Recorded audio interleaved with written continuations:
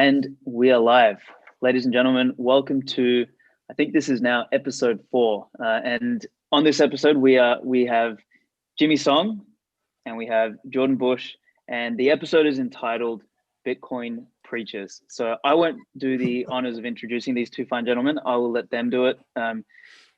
Jordan, since I spoke to you first on this, I'll let you introduce yourself first, and then I'll let you introduce Jimmy, and then I'll get you guys to do a quick mention of the new book that you guys have written, which is I'm excited to hear about. Great. My name is Jordan Bush. I am a missionary church planter, pastor, living and working in Montevideo, Uruguay for the last 6 years. And yeah, I ended up just helped co-author a book that Jimmy can mention more about. It's called Thank God for Bitcoin. It's what's the tagline, Jimmy? The corruption and redemption of money. And so we can talk about that later. But yeah, so I got randomly invited to join a book study via a DM on Twitter. And, a couple months later, I got asked to contribute to a book, and it's been a pretty cool, crazy ride ever since. So Amazing. All right, Jimmy, over to you. I mean, I'm sure nobody knows you, so this is like your first podcast. So let's. Yeah. Important that I introduce myself. So I mean, unlike Jordan, who's an actual preacher, I am not a preacher, although I do preach Bitcoin to whoever wants to learn about it. I wrote this book with Jordan and 6 other people. These include people like Robert Breedlove and Julia Turiansky, whom you might have heard of. George McHale, Russell Kung wrote the foreword for our book. But the book is all about the moral argument for money. And I know you, Aleks, have a news or a publication coming out where I made that argument sort of from a more secular perspective. But this book is more from a Christian perspective, and really excited to talk about it because I don't think we talk about this topic enough of sort of like the moral aspect of Bitcoin, because it really is way more moral than the current system that exists. And that's something that came out of sort of the Bible study and book study that Jordan, me, and my co-authors did during this pandemic, and it was really enlightening because it brought up things that we never really considered, and a lot of it is based in Austrian economic thought, but it's also biblical. It's been there for a long time. It's not something that's brand new to the last 200 years or so. It's absolutely something that's ancient and almost innate and embedded in all of us. Yeah, I think what you just mentioned there about not like we don't have these kind of discussions often enough. I think that we get bashed over the head with every kind of technical discussion and macro, economic discussion, everything. So we've all heard that, and that's kind of what I wanted to do with these discussions is kind of go into areas that most people don't. And the Bitcoin atheist thing was one, and that was a really interesting chat with I know, Jordan, you had a listen of it. Jimmy, did you get a chance to listen with Knut? And I didn't. Okay. I kind of wish I did now because I'm curious what arguments they made, but I'm sure Jordan will fill me in. Yeah, it was a really good conversation. So I guess the role I'm going to play in this conversation is more like facilitator. So I didn't want to do like a debate. So this will probably be we did atheists, and I think there was so much more that we didn't get to go through. So we'll probably do like a part 1 and 2. My gut feeling is that we're going to have to do a part 1 and part 2 of Bitcoin Preachers as well. So I might do them in succession in some sense, or alternation. So I guess I will kind of play the inquisitive newbie in a sense, and kind of provoke and dig questions, and sort of, I'll try and pose difficult questions for you guys so that we can, really kind of like what you said you guys did in the Bible studies is, we kind of illuminate the topic.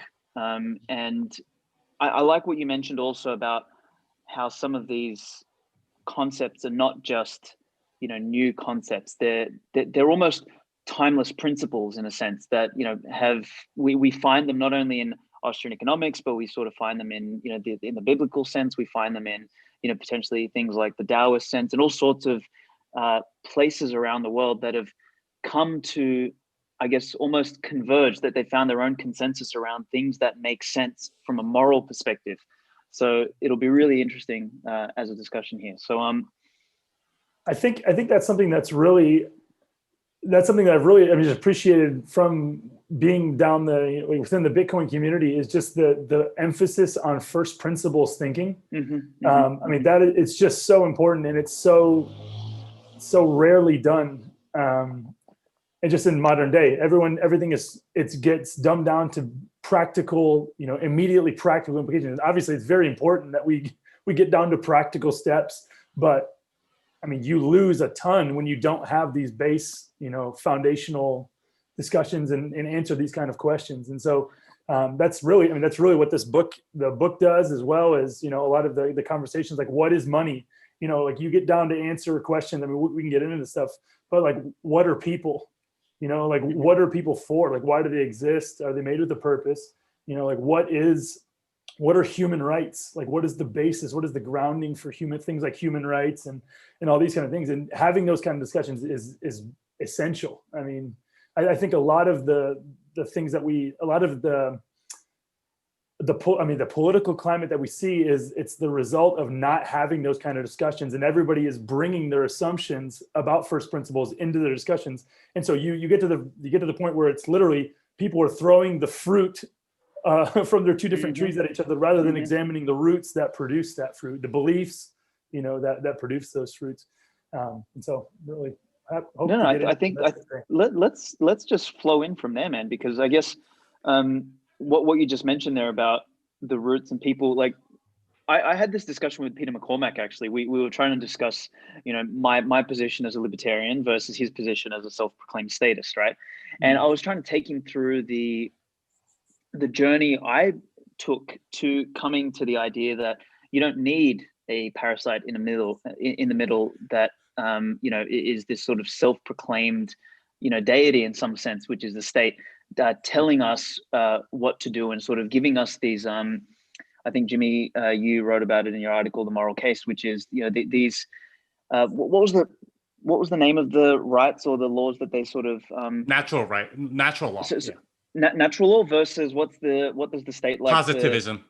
Positivism. That's right. Yeah. So it's this idea that the state creates rights and they give them to some but not to others. Whereas natural law and natural rights are things that exist for everyone all the time and without exception. And that's like, we don't need somebody to give us that. That's something we're born with, and that's I was trying to take Pete McCormack through that, and one of the points I made, which aligns with what Jordy just said, is this idea that when we sort of argue, we find ourselves throwing just opinions at each other without coming to some sort of common ground down at the base or at the root to say, all right, this is a set of principles or a set of morals or a set of assumptions that we are going to agree on.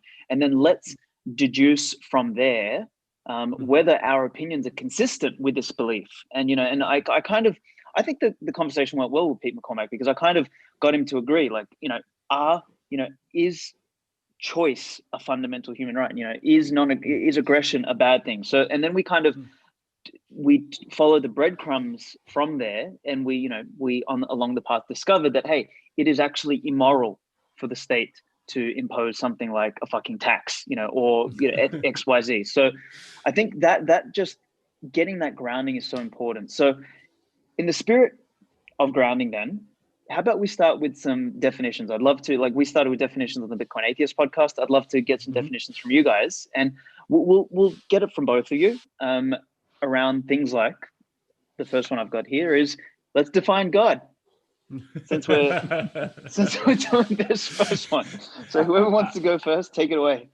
Well, so the general sort of the atheist position tends to be, it's some sort of supernatural being like Thor or the Greek gods or whatever. The Christian conception of God is the uncaused, beginning thing, right? Like whatever that may be, and you can reason from first principles, like, okay, well, this being that, if you go back to sort of like the uncaused cause, right? The first cause, the first thing that ever was what is that? What do you call that? And that in Christian thinking, that's what God is. And if you want to know more about that, Thomas Aquinas has, like extensive, steelman arguments that he goes through and talks exactly about what that first uncaused cause has, what properties that has. Is it a personal? Is this thing personal? Like a person or not? Is this timeless or not? Infinite or not? And all of these things that you can derive from a sort of a prioristic way, and you can figure out what that is, and that's what Christians call God, and it's the first uncaused cause, and you can't have more of those, and that's something that you can reason out as well. If there were more than one, what would that be like? And Aquinas goes through absolutely everything about why there can only be one, and so on. So for me, that's what God is. It's the first cause, the uncaused cause, the thing that created everything else. And there are properties that you can derive logically. There are certainly other things that you can derive from what Christians would call revelation, or things that are revealed to us through God, because they're not things that you can necessarily reason exactly about, because there are things that we can't know. But that's what I would call God. Okay, just to dig into that, so can you give me a couple of these revelations, that things that we cannot know, that we cannot reason about? So there's stuff like the nature of sin, evil, things like that, and usually the questions that non-Christians have are, okay, why do these things exist, or how is it that the world is this way if we have a good God, and all of these things. And there are explanations for those, but there are particulars that you're not necessarily going to know unless they're revealed to you by God, right? Like it's impossible to know, for example, like what the motivations of a dead person was. Like that's not something that you can necessarily know. But there is knowledge that you're not necessarily going to be able to derive purely from reason, or purely from things that honestly, like, our minds are kind of incapable of comprehending. For example, like, what would it mean for a being to be timeless or be outside of time? That's not something that we can even really conceive of. There are a lot of theologians that have tried, but like, for me, they're largely unsatisfactory, and it's very difficult to conceive of that because we exist within time, for example. But those are the sort of things where revelation might make sense, and certainly, like, what Christians view the Bible as, it's a form of revelation. It's something that some of which you can derive through logic and reason, but a lot of which you can't, because it's something that God did, and it's not it doesn't necessarily flow logically from from those things, because there are many possibilities, and this happens to be the possibility that God chose. So, if that makes sense. I don't know if I'm being entirely clear in that regard. Okay, there's a couple things I want to dig into there, but before we do, let's throw it over to Jordan to sort of see if he wants to add or adjust, or I'll throw it over to you, man. So thanks. So basically, the idea of God, it's more than a name. Like, we use kind of, like, some people think of, like, his name is God, and really, like, God is more of a title. Like, God is more of like you can think of like job description isn't exactly, you're right, but I mean, it's more of a description of like a position of authority. So God is, again, uncreated. So you could use the word like eternal, like he's always existed. Creator is as relates to us, as relates to the universe, the world. Like that's a big thing. Creator implies ownership. So God, Christians believe God created the world, and as such, he has certain rights over his creation, the way that people have rights over things that they've created. And so and like the scriptures go into this, like there's certain loyalty that is required between God and his creation, especially humankind, who are made distinct from the rest of creation. They're made for a distinct purpose, and so that introduces the need. So like there's certain things, there's certain purposes that for which God created people and created the world that are obvious, right? Like there's certain things that just happen with no input from God at all, such as procreation, like animals and humans, they just naturally seek out, reproduction, and there's biological, things that motivate said, reproduction and sex and all these kind of things. So there's things that are just natural that God doesn't need to intervene and tell people to do this. Humans are just drawn to each other animals are drawn to each other to complete certain functions. There's other things like, for example, one of the most famous stories within, Judaism, Christianity, and Islam is God calls out Abraham to go complete specific tasks. And so that's not something that, Abraham's going to, be able to come across. He's not gonna be able to come across that information by just going about his daily, normal life and, living his normal life. There's something that because God wants him specifically to do something that maybe he's not going to require of the rest of humanity. He steps in and intervenes in a miraculous way. And that's, we call that, like, the technical term for that is like special revelation. God reveals himself in a unique way. It happens, rarely, relatively rarely. And so, yeah. So again, it's out of the ordinary when God does it. It's not something that is part of the ordinary, normal day-to-day happenings of the world. That out of the ordinary definition, though, or that example of someone revealing themselves, is that not similar to a lunatic or a crazy person or a dictator saying, God told me to do X, Y, Z, and he showed. Yeah, and what you're talking about is how do you verify whether or not it was actually real revelation or not, whether it was actually supernatural or not, and there's a vast tradition of talking about what that looks like and how you verify these things. And certainly with something as supernatural as God, you want to be able to verify and not trust, right? So at least biblically speaking, you had various signs and things like that that were verifications. So like Moses on the mountaintop, right? Like, okay, here, pick up that stick and it becomes a stick, and okay, that's how I know that God is speaking to me, and so on. And the stories of the plagues in Egypt and so on.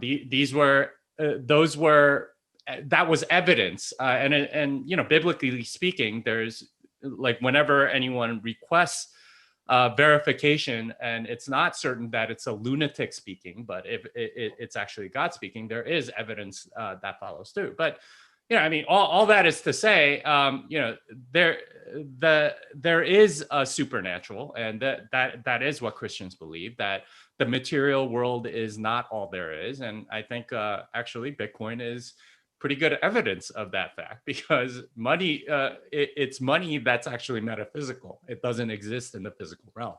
And that in itself, to me, is profound and interesting in that way. Okay. All right. Let's move on to the next question then, which is about differentiating God and religion. So I've always had an interesting time with this one myself personally. So how would you define religion, and how does that relate then back to this notion of God then?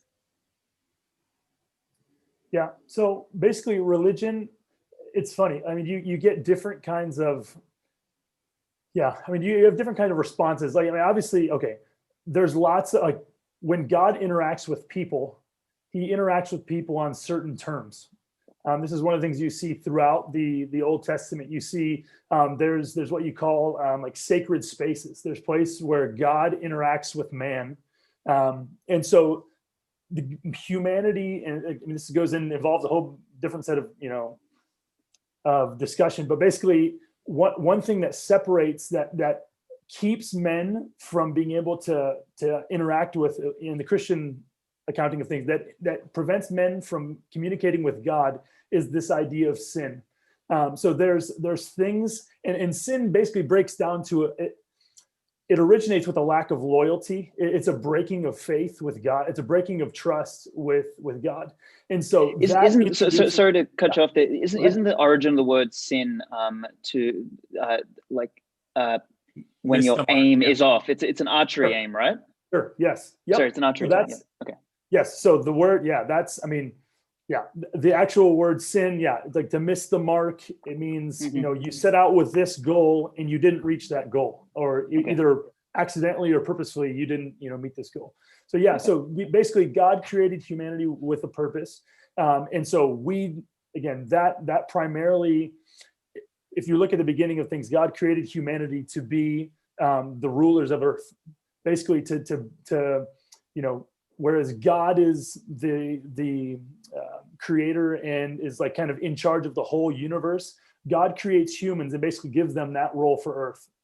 That's part of what is involved in when it's, Christians talk about humanity being made in the image of God. We're made with the same designs and purposes that God himself has. So God takes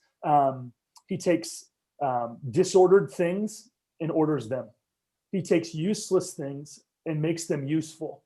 And so that's in the creation narrative. You see, just as an example, you see that on the first 3 days of creation, God, he takes things and he takes spaces and divides them. And so the first day he does that, the second day he does that, third day he does that. And so he creates spaces. And then on the fourth, fifth, and sixth days, he fills those 3 created spaces with creatures. So like you see God bringing order to chaos. And so his design for human beings is to do the exact same thing. So this is when we are starting businesses, when we are, taking, useless ground, we cultivate it, we plant seeds and we grow crops that then can serve people. We're doing a very God-like thing. We're taking natural raw things and making them useful for not just ourselves, we're making them useful for others as well. Okay, but you're speaking metaphorically there with respect to the creation narrative around God, right? It's not that. I mean, are you speaking about that in a literal sense, that God came and created some stuff in 7 days, or are you speaking that from a metaphorical sense, like this is the godlike nature of human beings, is that we create something out of nothing? Sure. Go ahead. Well, so I would say that. Well, we call this the anti-entropic principle in the book, by the way, and it is something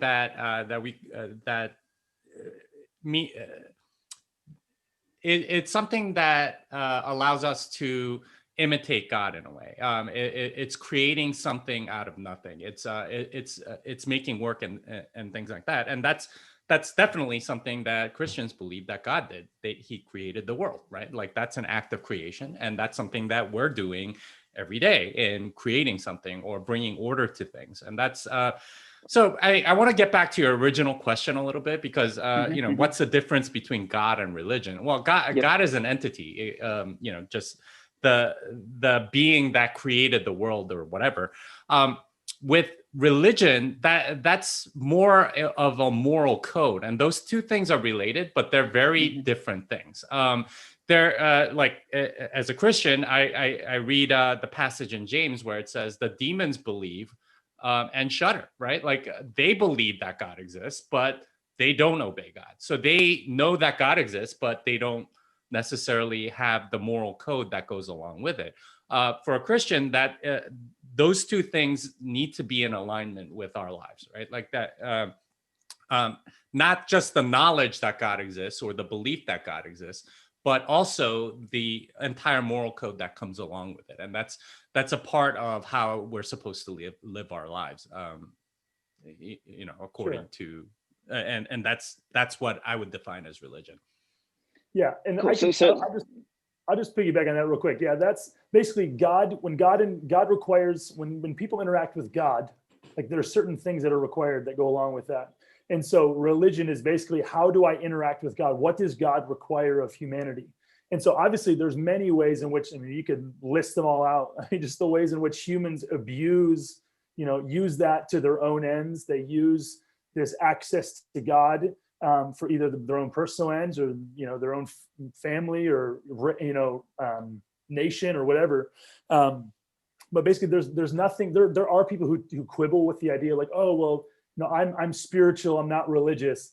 And really, in reality, like that's not a distinction that Christians historically make.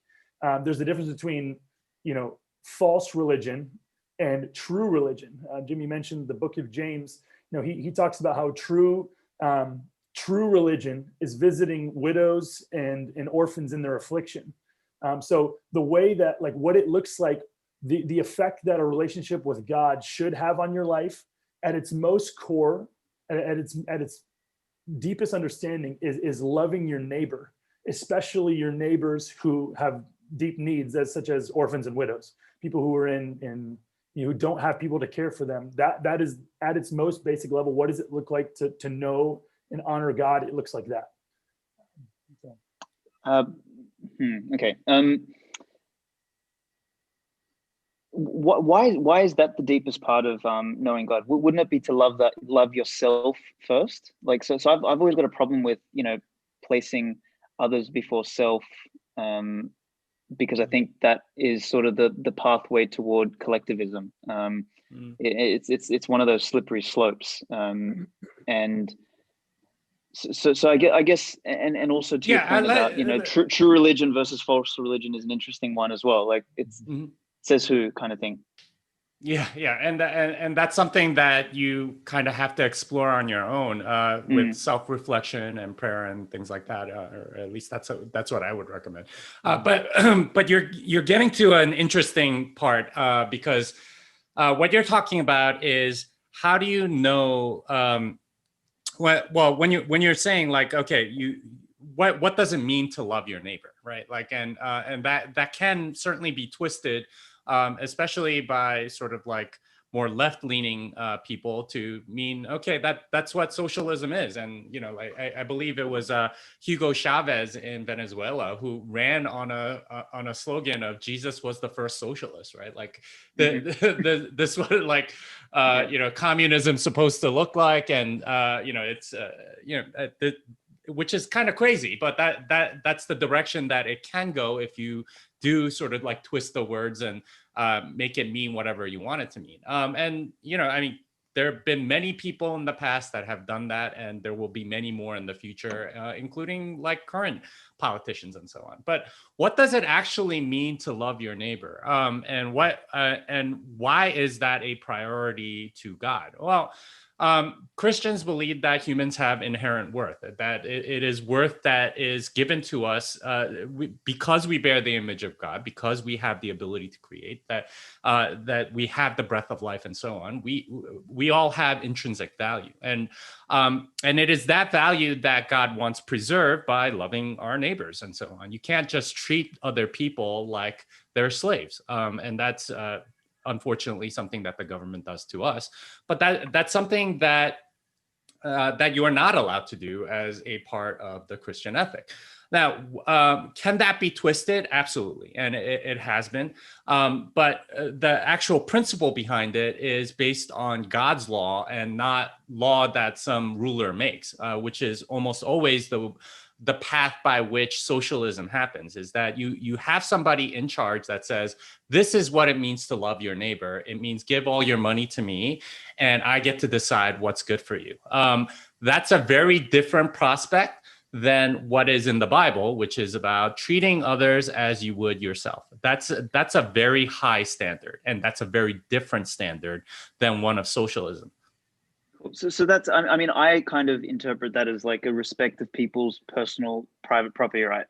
Mm-hmm. Like if we say private property rights emerge from the ownership of yourself first, and that's sort of where they expand. It's I guess then my question is, does that require religion or the notion of God, if we look at private property rights as just as a natural evolutionary law almost to an extent? Like so I guess is the Christian argument here that private property rights are, or the idea of owning thyself or owning yourself, is that emergent from God as opposed to something that we kind of found along the way as we evolved as human beings. If Yeah, we look at it from versus secular.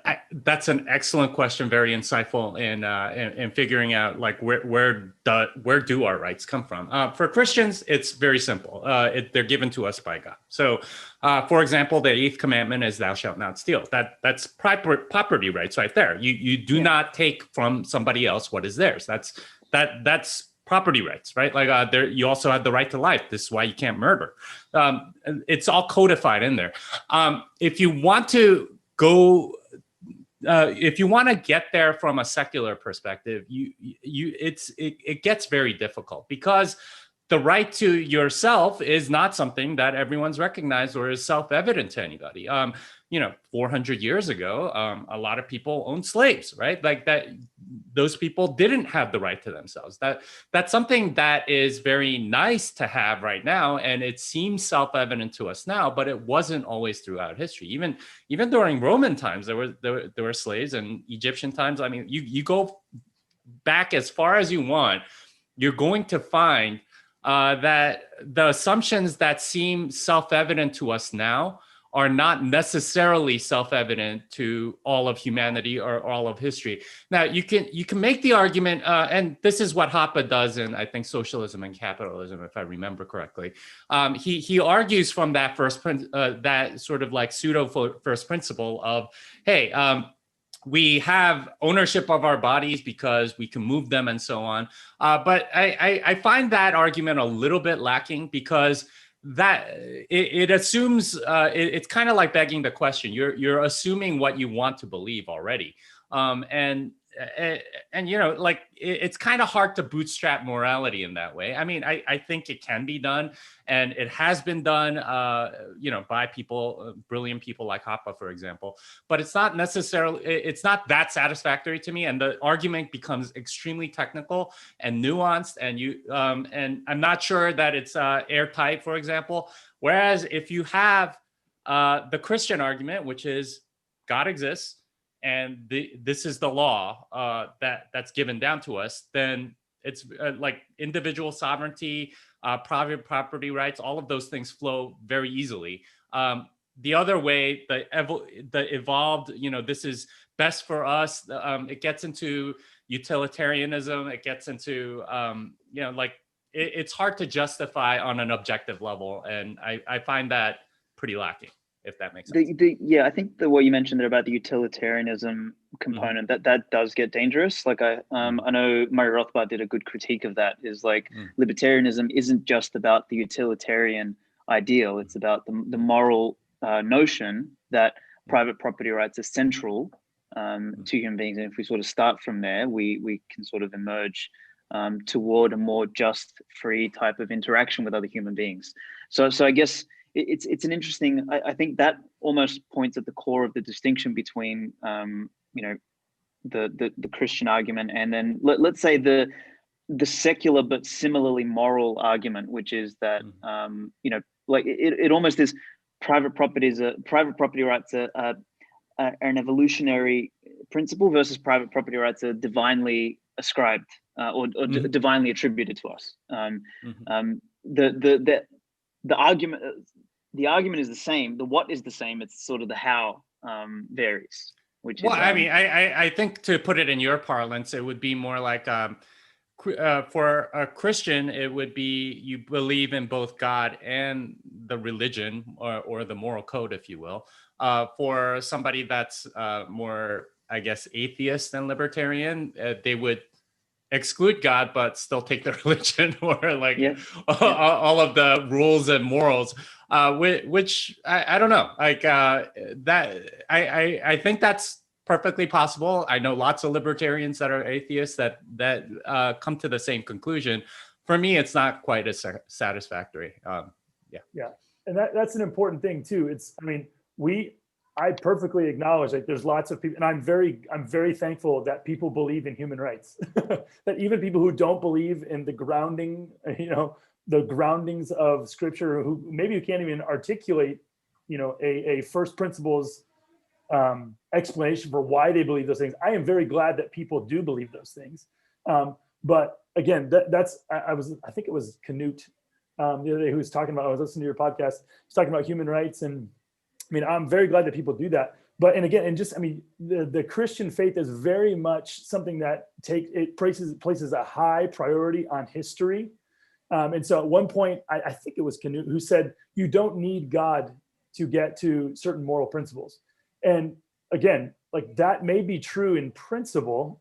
Like you could theoretically get to certain places without the idea of God. But the question is that how we got there?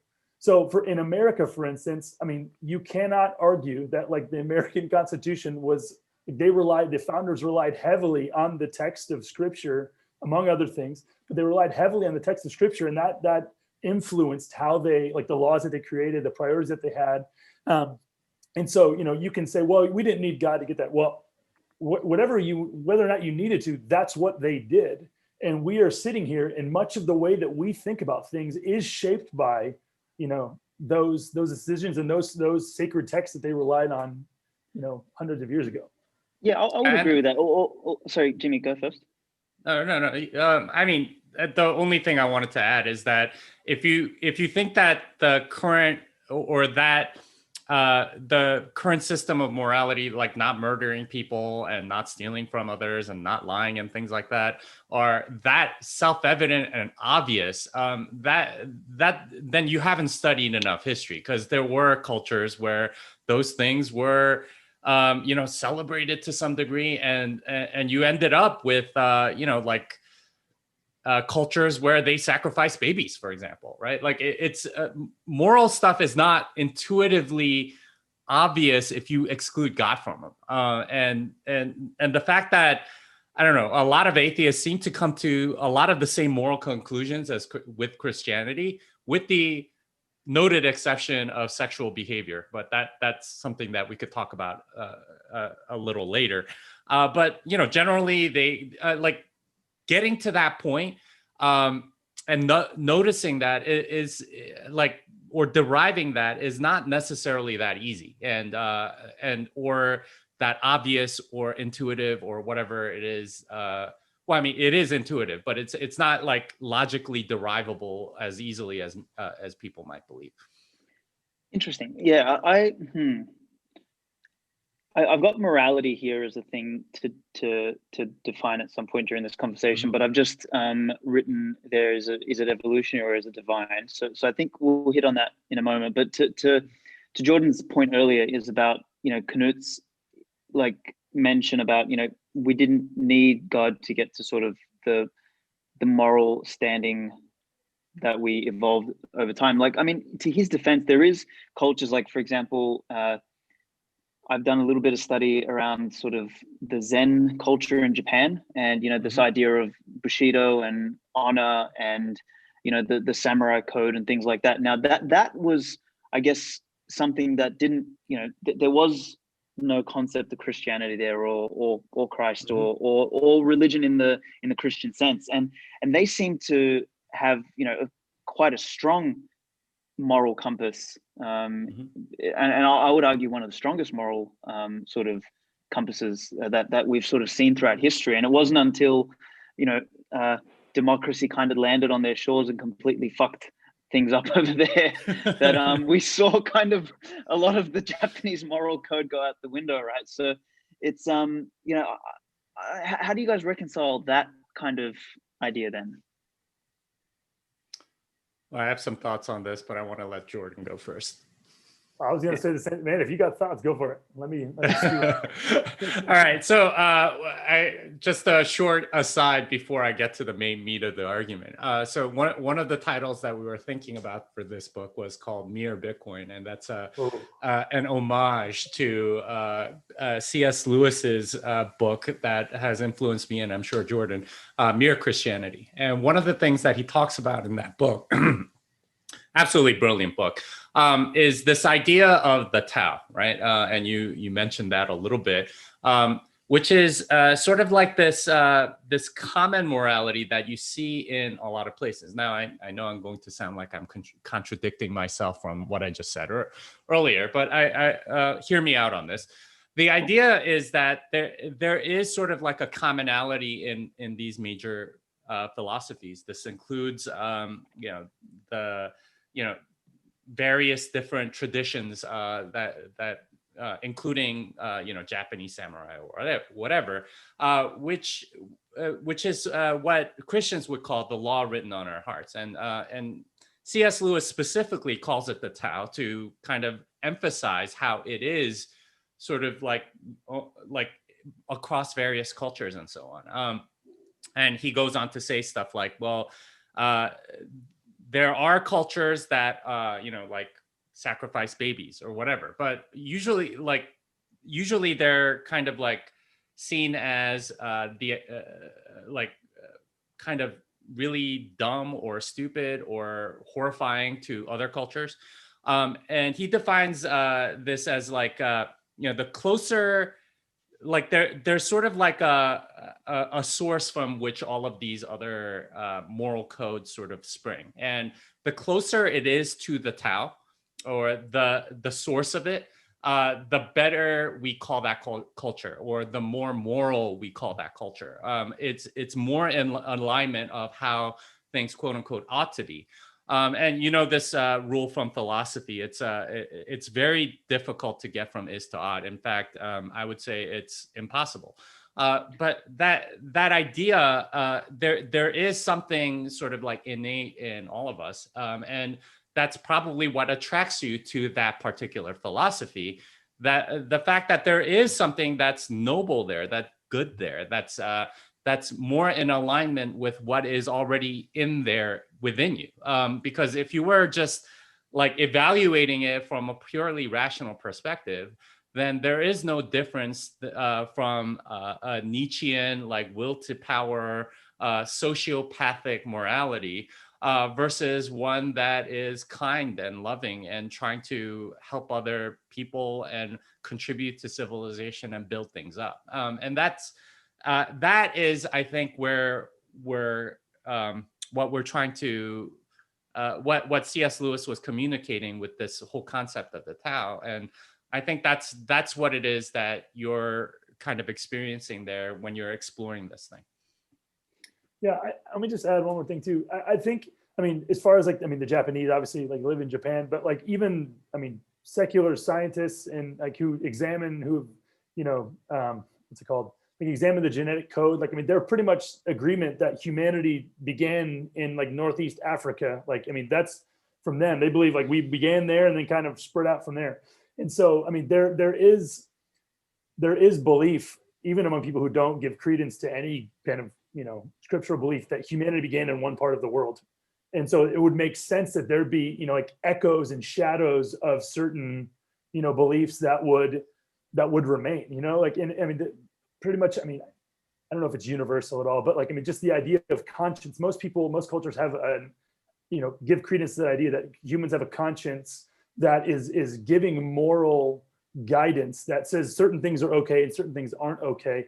Those consciences can be, they can normalize things that shouldn't be normalized. They can normalize, they can be abused. They can be oversensitive is another thing. They can be hypersensitive to things that they shouldn't be sensitive to.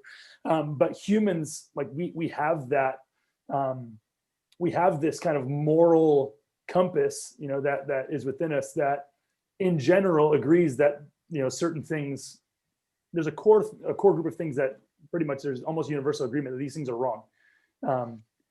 So your argument is that moral compass is divine, that it's not evolutionarily emergent. Is that sort of the argument here? I think so. And C.S. Lewis goes through it in Mere Christianity. So if you're curious about that particular argument, why it's not evolutionary or whatever, you can go read that. But it does seem to be universal, and there is sort of like we all kind of have a conscience, and in many ways it's actually kind of like very surprising compared to what you would be able to derive from a purely rational perspective of the evolutionary creed or whatever, which is okay. Is it fit to survive? Then then why would this be? Why does every culture honor the hero, right? The person that sacrifices themselves for the good of the community and things like that. So there's a lot there, and it's a very deep topic, of course. But that would be the answer. Let me just add this. Let me just add one more thing too. Like one of the things, somebody comes to Jesus. Okay, so Jesus, in the scriptures is a Jew. He's grows up in this framework where God has, supernaturally spoken and revealed this very vast and detailed law. He gives it to the nation of Israel that marks them out in a way that, and basically there's certain benefits that they get that has certain requirements that are different than God requires of the rest of the world. And so, but beyond that, that's not to say that morality started with what we know as the 10 commandments. That's just not, the scriptures don't make that claim. One of the things, somebody comes to Jesus and they basically come to Jesus and they say, what is the greatest commandment? What is the greatest commandment? And Jesus says, what do you think? And so basically the guy quotes, part of the law, and he says, to love the Lord your God with all your heart and soul and mind and strength. So to love Yahweh, the God of Israel, to love him with all your heart, soul, mind, and strength. And the second, and he says the second is like it.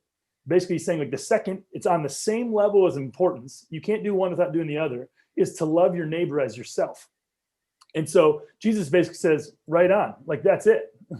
That is, and Jesus says, all of the law and the prophets. So the entire moral code that you see in the Old Testament, you can sum up all of those laws. The reason, the thing that those laws are aiming at is that idea, to love your neighbor the way that you love yourself. So to your earlier point, it's not necessarily that you love your neighbor more than yourself, but what God says is basically humans generally don't have a problem.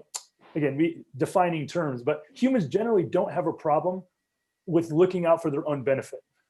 That's kind of something that we normally do. We just naturally do that. We take care of ourselves. There are people obviously who deal with struggle with depression and who deal with those kind of things. Not saying that at all, but in general, people, they look out for themselves, and it's difficult for them to consider the needs of others when they're looking to make actions and not just do what immediately high time preference benefits themselves. And so that's basically, Jesus says that sums up the entire, that sums up morality, if you want to say it. The entire core of what moral principles and boundaries are looking to do is to get people to love their neighbor, to consider their neighbor and love their neighbor in the same way that they consider their own needs. Okay, so then I'll ask a pointed question there. So why though? Why is that good? Why is it good in a sense? So to love thy neighbor, do you think there is a utilitarian component to that? Is there something useful? So we need to define good first. This is where it's good for whom, right? That's always the question. Is it good for you? Not necessarily. If you end up dying as a result of I don't know, taking a bullet for somebody, then that's not good for you, right? But I would take a bullet for my family all day long, right? And that's something that I would do because I love them, and it's something I want the best for them, and I love them more than my own life. And that's not something that would be if it were a purely utilitarian thing. Although I don't know, maybe it's a grenade gets thrown in. If one life is, less than the 20 others that you would save, something like that, that would be a utilitarian argument. But this is more about character and principle and morals, and what is good and what is not. And that's a very important question. You could define it as a utilitarian one, which is most good for the most number of people. I think that's a bankrupt way of looking at morality. If you end up doing that, you can justify almost everything. I agree. But the Christian answer is good is what God tells you to do. It is living in alignment with His purpose and doing what He tells you. And that's clearly defined in the Bible and so on. If you any other sort of standard of morality tends to have a utilitarian component and can be corrupted in horrendous ways, as we've seen throughout the 20th century with communism and so on. It can, and it ends up in what we intuitively think of as enormous amounts of evil. So, all right. So to get back to the question, what is good?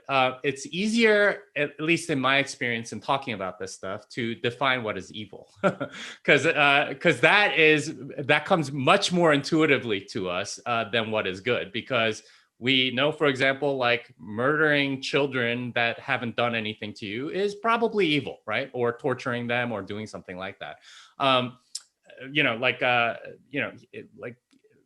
Everyone that's seen sort of like the video of George Floyd or whatever thinks that, something evil happened there, right? Like something wrong happened there.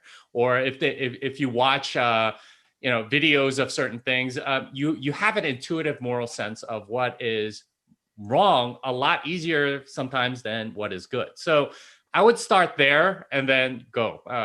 I'll let Jordan have the rest of this particular. I'll just chime in there for 1 second. So that ties back into your point about conscience earlier, right? Is this sort of this innate thing? So we noticed that. I mean, I wrote down a note here while you're talking about conscience earlier, which is I actually think conscience is innate because we have, developed this notion of empathy, or this, we have the unique capacity as human beings to kind of put ourselves in other shoes. And I actually think conscience, I guess, yes, you can define it as a divine thing, but also I think it has a really clear, call it secular, call it biological, call it scientific, element. Well, utility is, I think, what you're calling it. It has a clear utility. Yeah.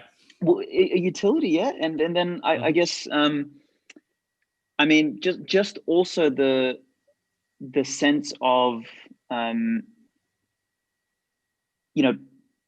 feeling that yourself. So I wonder here. It's maybe we need to also get into a discussion about why emotions exist, because empathy is one of those unique ones which we seem to have.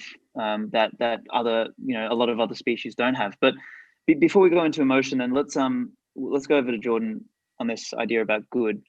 Good, yeah. So it's funny because like my initial instinct in trying to explain like good is basically, I mean, to frame the kind of the concept of good and evil, like, because again, like, why would you have like one of the most difficult questions that you have from people who either sincerely asking, who are like, why does God allow evil, or just kind of like ridiculing the idea of God, like, look at this, horrible world we live in. Like, how in the world, why would a good God allow stuff like this? And so again, it's important to think about when you're trying to define what evil is. The most helpful way to think about it is the same way as we think about darkness or we think about cold, right?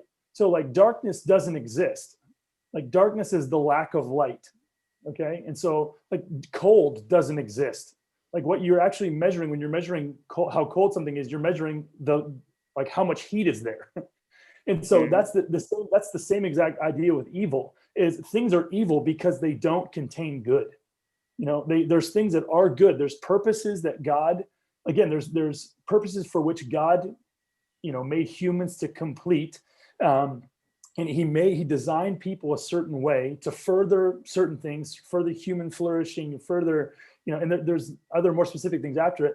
But evil is basically things that don't allow those good designs to come to pass. And so again, not loving your children is evil. Because like God wants you to have kids. God, like, children are, a gift from the Lord, and again, you could go into a whole bunch of utility for why children are great. I mean, like, there's been tons of people who they live, I think they would self-profess selfish lives, and then they have kids and I mean, almost to a person. I remember it was Scott Melker was somebody who said this. He basically said, man, I wish I would have had kids earlier. He's like, I so enjoy having kids. The president of Uruguay, he became famous for being known as the poorest president in the world. He was a guerrilla within, he was a socialist guerrilla who stood up to the authoritarian government during a dictatorship here about 30 years ago. He did a documentary that's on Netflix. It's really good. And he basically, him and his wife, who also was radical leftist, they basically, he said, they asked him, he's in his 70s now, and they asked him, like, what's the greatest regret of your life? And he says, probably that I didn't have kids. And so, I mean, there's this thing where, like, children are good. Children are for our own good. They help us. They help the world. I mean, I think about, we've talked about so many of these like socialist policies that are coming to pass that people want to vote. They're all super passionate about them. Many of those same people who are most passionate about passing socialist policies are not having kids, and who aren't, if you want to think about contributing, like, I have 4 kids. And so my kids are going to be helping to pay the taxes for these programs who are living now want to pass. And so there's all kinds of utilitarian reasons for which children are good. And this same thing, if you look at each one of them, you want to examine the 10 Commandments, you want to examine moral principles, they have things that are good for human flourishing, that help and serve other people. And that's what makes it good. Again, there's certain things, some of the 10 Commandments have specifically to do with God himself. God says, don't worship any other gods, and so you can, again, this is a longer conversation. You can go into why that would be as well. But there's real good purposes, behind these things that God calls good and tells humans to do. I think the procreation one is interesting. Like, I in the latest article that I wrote, that's also going to be in the Bitcoin Times alongside Jimmy's thing, is I talk about the flow of life and this idea that, life is this continuous, call it forward moving flow. And I think the concept of procreation is, again, I'm a natural law believer, I guess probably more on the secular side of things. But, my sort of position generally is that life wants to progress. And in the process of progressing, life is this experimental thing, and it tries things. Like, I make this argument that the idea of the nation state is an aberration. And it's one of those, like, if life tries 10 things, 8 might fail, 2 might succeed. And from those 2, 20 other things will emerge. And then, 15 will fail and 5 will continue. And it's sort of this, like, complex, chaotic process. So I think for me, procreation is like, I would almost, I don't want to get into morality yet, because I want to dig a little bit deeper here. But, like, for me, sort of morality is this, what is almost, call it Lindy compatible or life compatible. It's like, what helps that process continue in a sense. So I have a question for you. What ultimate end? To what ultimate end? Because like that, like, for a Christian, this is a very easy answer, right? For the glory of God. That's it. But for somebody that's not a Christian, that's always kind of the question: to what ultimate end? Because you can produce more variety, I guess, or have a being that's I guess more fit for the natural environment or whatever. But like that seems very empty and almost nihilistic to me, because it's like, okay, so we live, so the species kind of propagates. Like, is that satisfactory for you? Like, is that enough of a purpose? Well, it depends. So the question then is, where does, and this is probably where the question of emotion comes in, is like, I kind of view life as this this experiential, piece of existence. And what makes up those experiences is the things we do, the things we feel, the things we taste, touch, see, the people we know, and relationships, particularly those that I guess are blood, like that are direct kin, seem to be a deeper type of relationship. And I believe that the purpose of relationship is to magnify the emotions that we experience. So if we look at any emotion effectively that you experience by yourself, can be so large or can be so encompassing, but with someone that you deeply care about, and I guess love is just such an interesting thing. Is like, could a definition of God be quote unquote love, as this force that we don't exactly understand, because it seems to transcend time, space, and things like that. So is love some sort of manifestation of this thing that Christians define as God? And does that have a bearing on why relationships in particular seem to magnify what I kind of believe is this I actually don't think it's nihilistic, because nihilistic sort of, throws purpose out the window. Whereas I think the purpose in some sense is this experiential, emotion-filled existence. I would characterize what you just said as maybe more humanist. And there's I guess sort of like the strict definition of hedonist as well, sort of in the sense that you're seeking to enhance those emotions in whatever capacity. Now, like, if you go down that route, then there's utilitarianism that you can take there as well. If there was a drug that you could take that would get you those feelings all the time, then it would be rational to take them under that kind of metaphysic or philosophy or whatever you want to call it. So, I mean, it has some like flaws that I wouldn't necessarily feel comfortable personally, going down. I would agree. But if it's that unidimensional, so for example, I've actually got a book sitting here right next to me, which is Men's Search for Meaning. So I think one of the most powerful things, and I close this recent article with it, is the meaning of life is to find meaning. Now, that for me sort of goes a lot deeper than just the emotions that you experience along the way. I think the emotions you experience along the way are kind of like the color, right? But the meaning is this, call it divine, call it this deeper sort of underlying sense of somethingness. Now, how, like, I don't know, it's so hard to sort of explain. Is like one end. I think it's completely related to the question I asked you earlier. To what end, right? And you just said the purpose of life is to find meaning. It's to find that end. And I think I don't know, like as a Christian, I would just call you a seeker, right? Because that's what you're looking for, is what end is there? What is the thing that I am looking for that would make it all kind of meaningful? And that's an excellent question to ask. And I would say that you and I are closer in how we're thinking about life than maybe somebody that's watching may evaluate.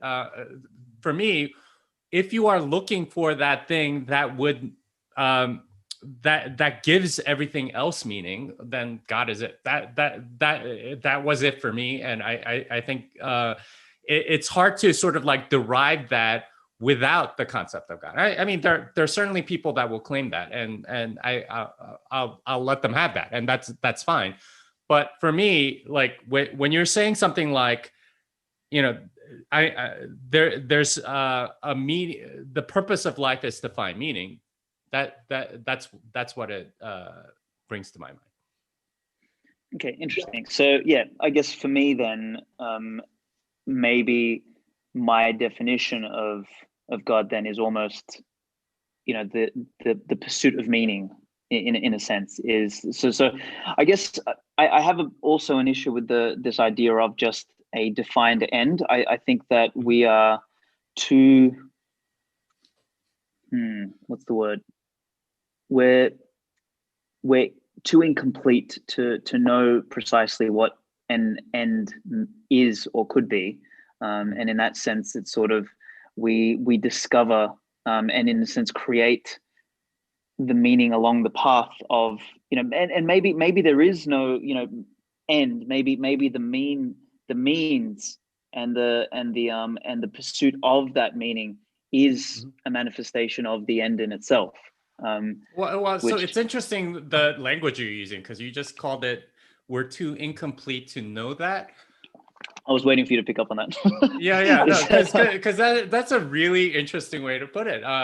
For a Christian, that we believe that too. We're not complete either, and part of that pursuit of God is that He's the one that helps like that completes us, right? That we're not all the way there, and we're not all the way mature, and we're not perfect yet. And it's that process, that struggle towards completion, that a lot of this life is. Well, so then what's your thought then on completion then? So where is completion? Where does it lie? Does it lie at the end of the journey, or is it completion something that is never actually achieved? Because see, in my mind, completion means an end, and I don't think life has an end. I think the idea of life is that there is no completion, there is no end, there's this continuation.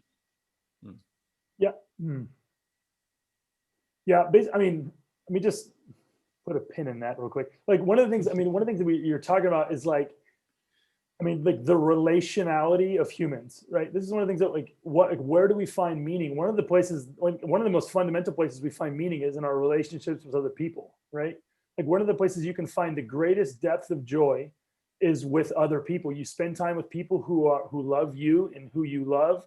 And this is this place where, like there's great joy to be found there. And in the Christian, understanding of things, like that is because like that is another part of what it means to be made in the image of God. Like this is why it's important, the difference between like the Christian explanation of like what it means to be a Christian theist versus like the deist understanding of what God is. Like a deist understanding is that God is it's this cold, exterior force that's not personal. Whereas in the Christian like understanding, that what the scriptures present is a personal being who cares deeply about his creation. And so in what happens, what introduced difficulty into the world and introduced the relational difficulty that we experience every day is a break in relation with God. And so in the same way that like when someone betrays you, like when one of your friends betrays you, it introduces a break into that relationship that forever affects that relationship. You can't ever, it's very difficult to get back to a place of absolute trust with somebody who's broken that trust with you. And so you see in the creation like narrative, that's the thrust of it, is God creates people. He gives them everything that they need, gives them a couple basic parameters. And the big problem with the story is not that they ate a piece of fruit. It's that they trusted the word of someone else rather than God's word. Like they put their faith and trust in someone else other than their creator. And so by taking that decision, it brought, again, it introduces that doubt into themselves, and then humanity takes that through life with them, and they all of a sudden they're insecure in all their other relationships. And so one of the things that's really interesting is the way that, so your life basically, meaning and understanding is found in having intimacy, an intimate relationship with God. That's not relationship intimate sexually, obviously, but like an intimate relationship with God. That is what it means. Like that's what, according to the scriptures, this is what we were made for. This is what humans, their ultimate end is to have an intimate relationship with their creator. And so again, it's really weird. Like we think of things like eternal life, and we think of like a place. The common Western concept is, well, eternal life means you go to this place, you're on clouds, and it's kind of boring and all these things. But togas and harps, yeah. Exactly, you're playing harps, and I mean, I don't like harps. Yeah.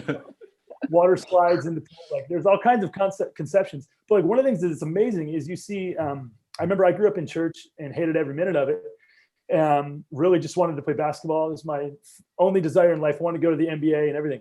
And I remember I went to college and was reading the scriptures and read in the book of John chapter 17, verse 3, Jesus is praying, and Jesus, he's talking about, I can't even remember exactly what he's saying, but he gets to the end, and in verse 3, he says, "And this is eternal life, that they may know you, the only true God, and Jesus Christ whom you've sent." So basically what Jesus says is like that eternal life is knowing God. And so in the same way that I find joy in knowing my wife and in knowing my kids, like basically what the Christian estimation of that is, those are good, true shadows that point you to the ultimate reality that you were created for, which is to know God. And so again, this same theme is repeated. I mean, you have the Apostle Paul, who is enduring great suffering in order to share this message with the world, the message that this Yahweh who created the world in the beginning has taken on human form in the person of Jesus, and he died for humanity in order to bring them back to a relationship of peace with God. And Paul, this relationship, like this understanding, him understanding that this is what he was made for, it had such an effect on him that Paul, he says this, I'll just read this one verse. He says, He's talking about how he's lost everything. He was a Jew who was high up and respected, and he lost all of this in order to believe Jesus. And he says, for Jesus' sake, I have suffered the loss of all things and count them as rubbish. And this word that's used as rubbish is like, you can literally use the word shit. He's like, I count everything that I used to know and value. I count it all as in like my own fame, my position, my, whatever I was looking for. I count all that as shit. It might as well be shit to me in order that I may gain Christ. And so he said, and he says, in order that I may know him and know the power of his resurrection, which we can go into that later, and may share in his sufferings, becoming like him in his death.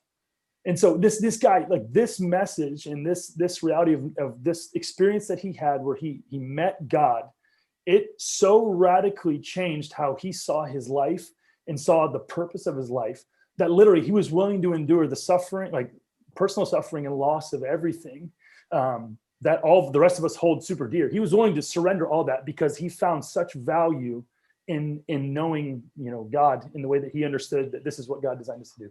So that's a whole lot of stuff. I mean, it is. So I guess that last thing reminds me of,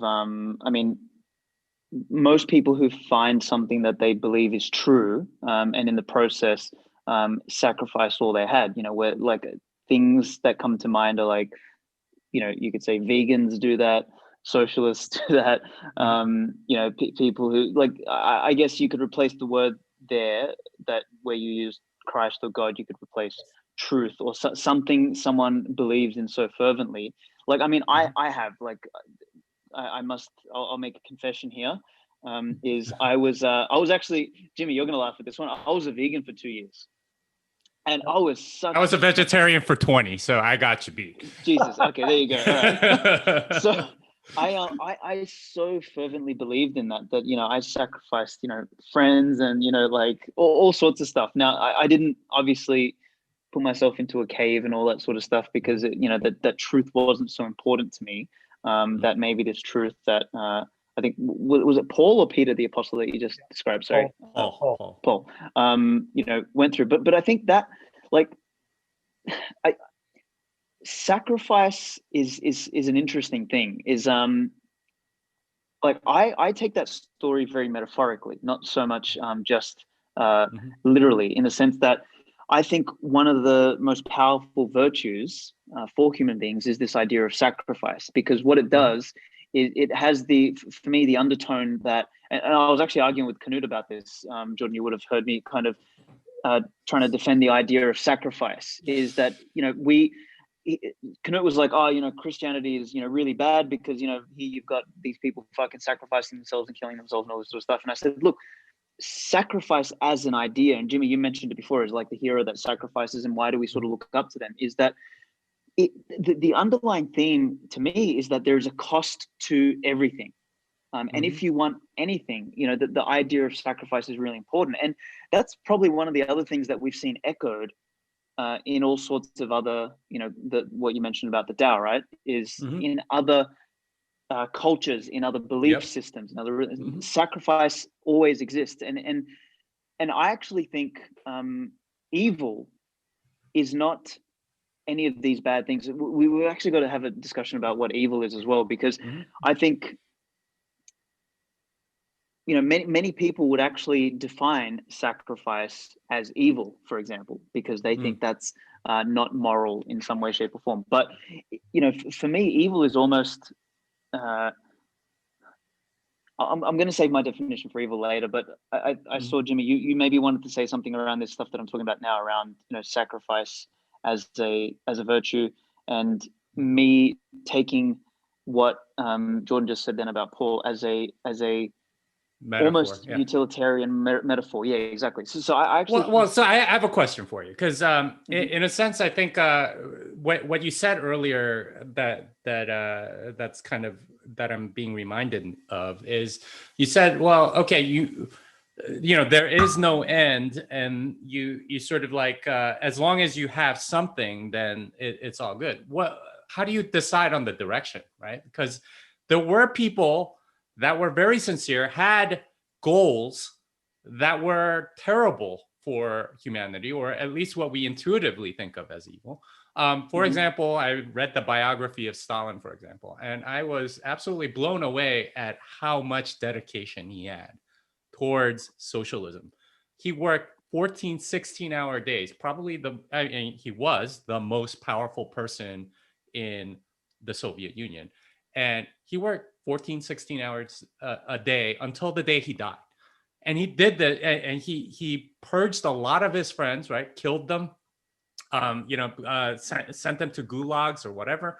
And like these were people that he was very intimate with. He went to war with, really, and he sent them away. And a large part of that was because he was so dedicated to Marxism, to socialism, to communism, and he was so sincere in that was the end that he was pursuing. Now, I would say, and I think you would agree, that is a terrible end, and that journey is worthless, and that journey was not good for him or civilization in the least. So I don't think it's necessarily about the journey. I think it has an end. So how do you decide on the direction? Okay, well, I would agree, but I would counter with the idea of did the Crusades not do something similar, in the name of the Bible, in the name of God? Like, did we not kill the original, like, I can't remember if the church killed Galileo or, his contemporaries, but there was a lot of, in the name of the greater good, which you could argue was Stalin's, I guess, reasoning, is that this thing is so important that I will wipe out everyone along the way. So I think they're all, to me, actual deviations from natural principles, which is, where, I'm such a fervent believer of this idea of private property rights, and I will not fucking deviate, from that, irrespective of what anyone describes to me as the greater good, whether it's socialism, God, fucking whatever, it doesn't matter to me. It's like, I will not deviate from private property rights. Simple as that. And I respect mine first and everyone else's. So that to me is almost like, you could call that my divinity, is, well, that seems like sort of like your moral North Star. It's like, okay, exactly. is this, does it, so in a sense you do have an end, right? Like, because there is something, and whatever is closer in alignment with that, you would call it good. What is away, what goes further away from that, you would call evil, something like that. Yes. And I mean, I don't disagree. I think there's something there, but that endpoint, is there more there than just property rights? What else is there, right? Like, and for a Christian, when I hear that, I'm like, wow, this guy is pretty close. Like that's very close to what I believe. Because in a sense, that's one of the main one.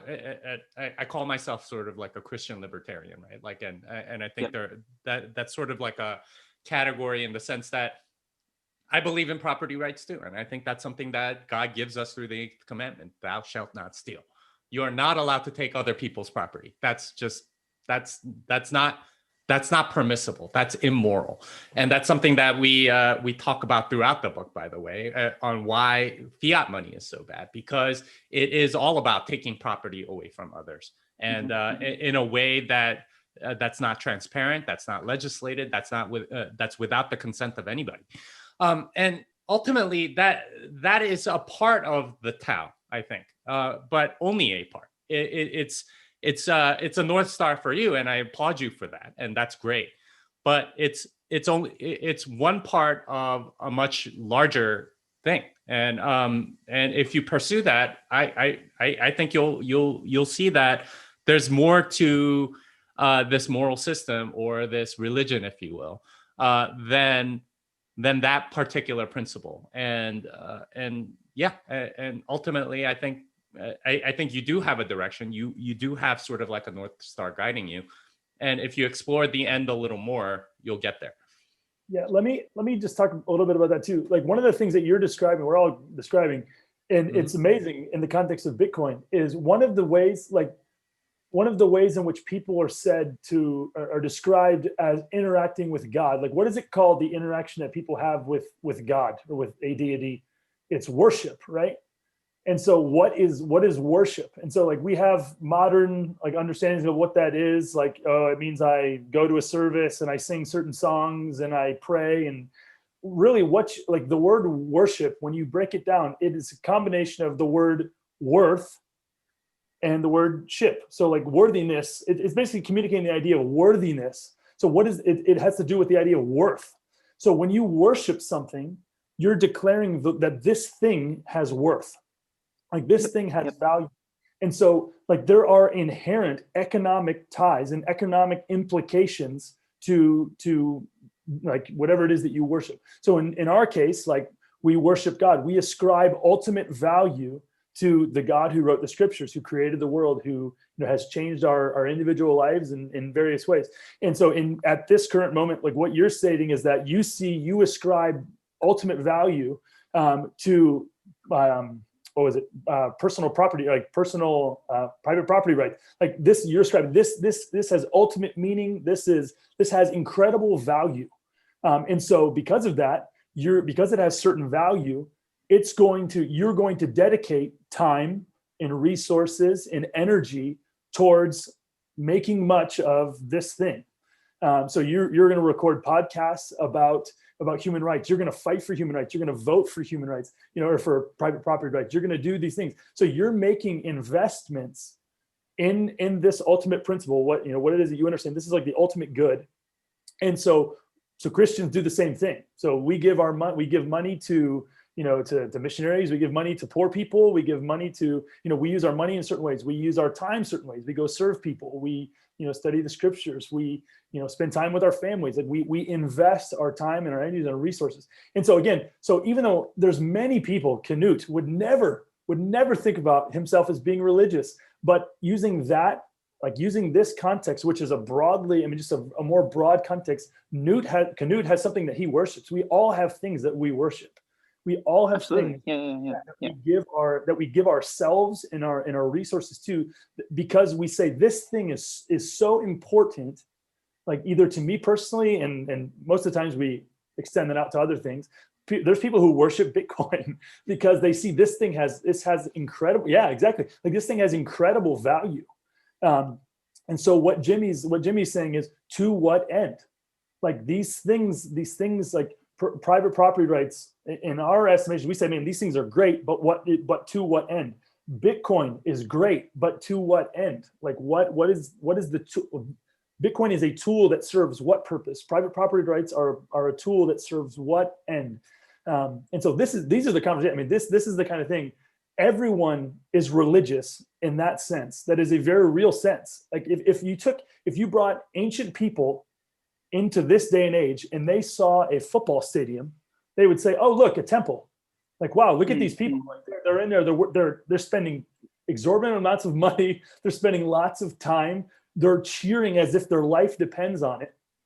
These are all religious acts. Like these are all religious things that historically people would identify. These are the things that you do when you worship something, when you ascribe ultimate value to something. It's funny.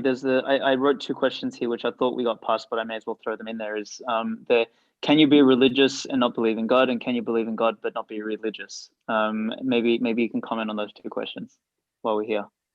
Oh, absolutely. I mean, I would consider you somebody that's religious that doesn't believe in God, and that's you have a code, and but yeah, the opposite is absolutely true. There are people that go to church that don't have a moral code, right? Yep. And actually, in the book that I mentioned, Mere Christianity, C.S. Lewis addresses them both, and he believes that the people that are religious but don't believe in God are actually closer to the kingdom than the people that believe in God but don't have a code, right? Like that, and that's absolutely true. I believe that those are, in many ways, kind of orthogonal. Like one is sort of like what you say you believe, the other is what you actually live out. And in a sense, and I believe that's true. Yeah. The old time. When you say kingdom, there. Sorry, Jordan. I was just going to say, when you say kingdom, do you mean that, like, could we replace the word kingdom as North Star or truth? Like, is that what you mean by kingdom, or do you mean that in a literal sense of, like, or is that your definition of the end? Who talked about Jimmy, kingdom? You just mentioned then. You said the person who is religious but doesn't believe in God is closer to the kingdom. That this is Christian jargon. So basically, Yeah. who's closer to I know what you mean. the Yeah. kingdom of God. This is how Jesus described it. Like when during his ministry. If you look at all the red letters in a Bible, it's always about the kingdom of God, or Correct. closer to heaven. I guess is what we would call it. So I guess I'm trying to so I get that, but I'm trying to dig into what do you mean by it? So, or what do you think was inferred or meant by kingdom of God? Is that end, or could it be replaced with the word truth, or could it be replaced with the notion of North Star that you mentioned before? Is that sort of what you mean by kingdom, or what you think was? So I think North Star is a little different, right? Because that's like where you're headed, and it could be anywhere. The example I brought up earlier was Stalin's North Star was communism or Marxism. So I mean that's kind of a different concept. But as far as the kingdom in a Christian sense, it includes all of that. It's truth, it's God, it's heaven, it's our ultimate purpose, what we're being prepared for. It's to be complete, become complete, as maybe you might say. That's the kingdom of God. At least and then so is the idea that we become complete? Fuck, this is actually, you just reminded me of the question I wanted to ask earlier. Do we become complete then at the end of this journey we call life now? Is that sort of the end state? Is that sort of what? Yeah, so I mean that's certainly part of the Christian theology, I would say, is that we are being transformed by God, our relationship with God, and we become closer to what we were meant to be. Sin has corrupted us, and there's all sorts of things wrong with us because of the world, and that's sort of that feeling of incompleteness that you were mentioning earlier. But that goal that we're striving towards, that place that we're striving towards, we can't get there on our own. That it requires the grace of God, and that through that we can be transformed and become what He intended us to be all along. If that makes sense. Yeah. One of the ways that the scriptures like lays out this idea is it describes someone who, like those who, like, Jesus came, he presented himself, he says, I am the savior of the world. Like, I am the one who, like, God said he was going to send, that's going to rescue mankind from like the ills of the world. And so he says, when he describes the people who trusted him, and the rest of the authors in the New Testament, they called Jesus the bridegroom. And they refer to, like, the people who have believed in Jesus's message and formed their lives to his teaching. They refer to them as the bride of Christ. And so they basically, it's basically like the belief, like when they believe in him, it's kind of like they got engaged. it's kind of like that idea. And the fulfillment, it describes in the last book of the Bible, it talks about how we get to the end and we meet God. And it's called like the wedding supper of the Lamb. It's this thing where, like, the wedding, the final marriage of humanity being restored with its creator. Like that's kind of the end. So it's something that begins now. Like you begin, like, you come to know God, like, here in this life, and it begins working itself out in changing who you are and what your desires are, what your goals are. But it's something that, again, like, you go throughout your life, like, I'm not a perfect person. Like it's a process that takes time, and we're ultimately waiting for this moment when we will, like, actually be, this thing will end. Basically, this thing is going someplace. It's going to the point where, we are restored. And is that end a point of no longer having imperfection? Like, is that end a point of perfection? Is that sort of what you're implying there? Because when you said, I'm an imperfect being. Yes. So basically, this is a whole another conversation. But basically, I mean, it's basically what it's kind of a tough conversation to have. But basically, what it is, like, so you come to know God, and I used this example the other day. So when I met my wife, I really liked her. Like, I just met her. We were talking for the first time, and I had never eaten sushi in my entire life up to this point. And so my wife says, or my wife to be, we were friends at that point. She says, "Hey, let's go out. Let's go get some sushi." And I swear to you, I had never before in my life like encountered a desire within me so strong to eat sushi. All of a sudden, out of nowhere, I found this desire to eat sushi. And why was that? It's because I found this person who I really loved, and I wanted to know her. I wanted her to like me. And so all of a sudden, boom, this desires came out of nowhere.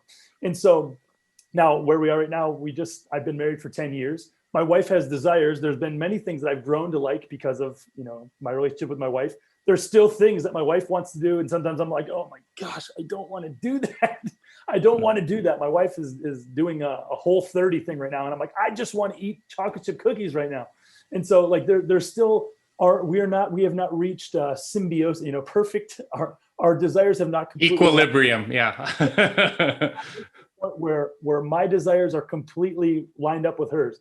And so this is a very poor example of what happens with God, because like God's desires are not just random. The things that he wants benefit me, and the things that he wants also benefit the rest of the people around me.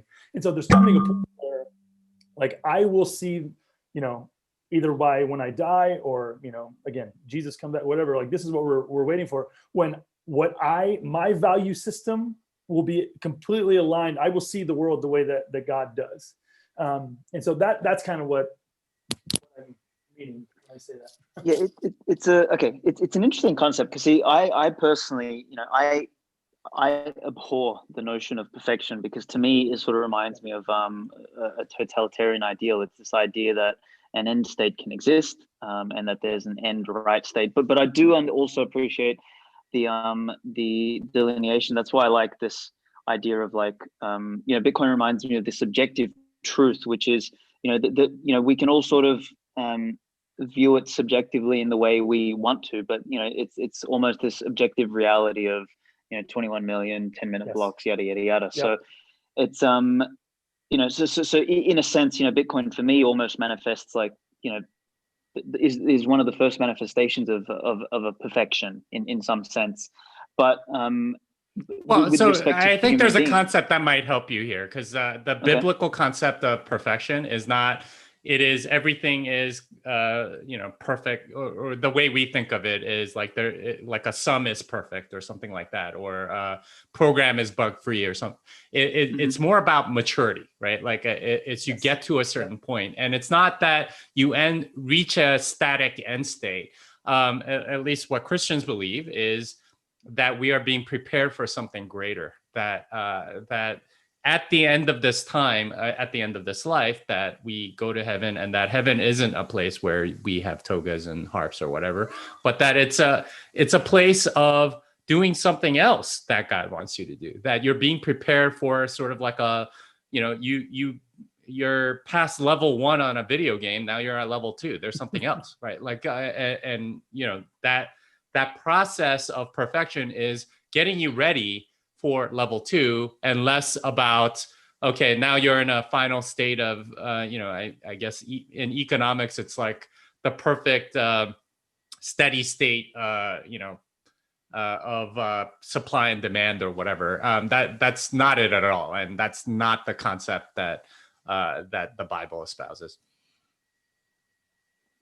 Yeah, because I guess that ties back into my reluctance to think of an end. But I guess to your point there, then, what is there any conception then in Christianity what that stage 2 then looks like? Or is that sort of something that we can't conceive of at this point in time, because we are creatures that exist at this moment in the dimension of time? Like, is that, like, do we know, or do you guys have an assumption of what it is that we're being prepared for? One of the ways that the scriptures describe like what the eternal state will be like our existence with God, it says that we will reign with God. Okay, and so it describes like God creates, like it's called like a new heavens and a new earth. So like God brings down this new creation, and then we reign with him. So like there's administration, like there's ruling that's going on, like there's life that's going on. And so this is when you look at it's incredible. Like when you look back at the book of Genesis, there's 3 things that God gives humanity to do. One of the things that he tells them to do is be fruitful and multiply. So like that's pretty straightforward, like, procreate. He wants there to be lots of people. He wants to fill the world with people made in God's image. Okay, that's like one thing. Another thing that he tells them to do is exercise. Basically, oh man, what are the two words? Exercise dominion. Can't remember what it is. There's two words where basically these two words that are used throughout the rest of both the book of Genesis and other books in the Old Testament. It's describing the work of kings. Okay, so basically when God creates humanity, he wants them to reproduce. He wants them to serve as kings, which means to rule over. And like one of the words is basically, it's the idea of like enslaving. Okay, and so like that's not in the sense of like destroying things. It's the idea of harnessing to make useful. It's kind of what we were talking about before. So you have reproducing things. You have things that are ruling and making useful. And then the other word is to cultivate. I can't remember what it's in Genesis chapter 2, but it's to cultivate and it's basically this idea of making fruitful and making good and making beneficial for people. And those same two words, which I can't remember, and it's horrible that I can't remember, but those two words are also used elsewhere to describe the work of the priests. Okay, and so basically this idea is that God wants humanity. So priests, the idea is that they minister to God. They have this relationship with God on behalf of other people. So basically that's an idea. So God intends humans to reproduce, to rule the world, and to make useful, to take unuseful things and make them useful, and then to continue that process, to cultivate these things. And so when we think about the end state, this is exactly what we have to do. Like we're thinking about, these are political terms. These are God wants people to do useful things and to rule the world and do useful things, for eternity. So again, all the specifics of what that looks like, we don't have like a ton of information, but like those ideas are repeated. But these all sound like the journey, to use Jimmy's words earlier. This all sounds like the journey towards the end. But what is that end then? So like we get to level 2. Now, well, this is one of the things that you can't. We talked earlier about things that you can't necessarily reason through and get figure that out. What we this is stuff that has to be revealed to us. And from my reading of scripture, there's a lot of what Jordan said about like our purpose in level 2. But what we are, and Jesus talks about it all the time. Here's what the kingdom of God is like. Here's what the kingdom of God is like. Here's it's like treasure in the field, and he sold everything to go buy it. It's like a pearl of great price, and like he sold everything to go get it. Whatever it is so valuable and so interesting and fulfilling to the purposes and character and whatever it is that we are, that it is more satisfying than anything found here on earth. That's what was emphasized, more so than anything else. Now, like if you want to know the details, this is something that you're probably going to have to pray a lot about and get revelation from God, because that's pretty much the only way it's possible. I mean, there's a lot of speculation on it, of course, but I don't know. I don't think that's necessarily biblical or within Christian canon necessarily. It's just something that that is probably, like you said, like very difficult for us to conceive, given the limited sort of nature of our human bodies, and given that we're restricted to the experience of this life. So. Yeah, I mean, I'm sure I don't blame you for wanting to know, but it's not something that we're necessarily going to have an answer to. Yeah, and let me just say one more thing. Like that's something where like this happens a lot, right? Like there's lots of things that I would love to know that like God doesn't tell us. Like I have tons of questions that I would like, man, I would love to know this specific detail, and yet like what we know right now, and it really is incredible, is like what God wants.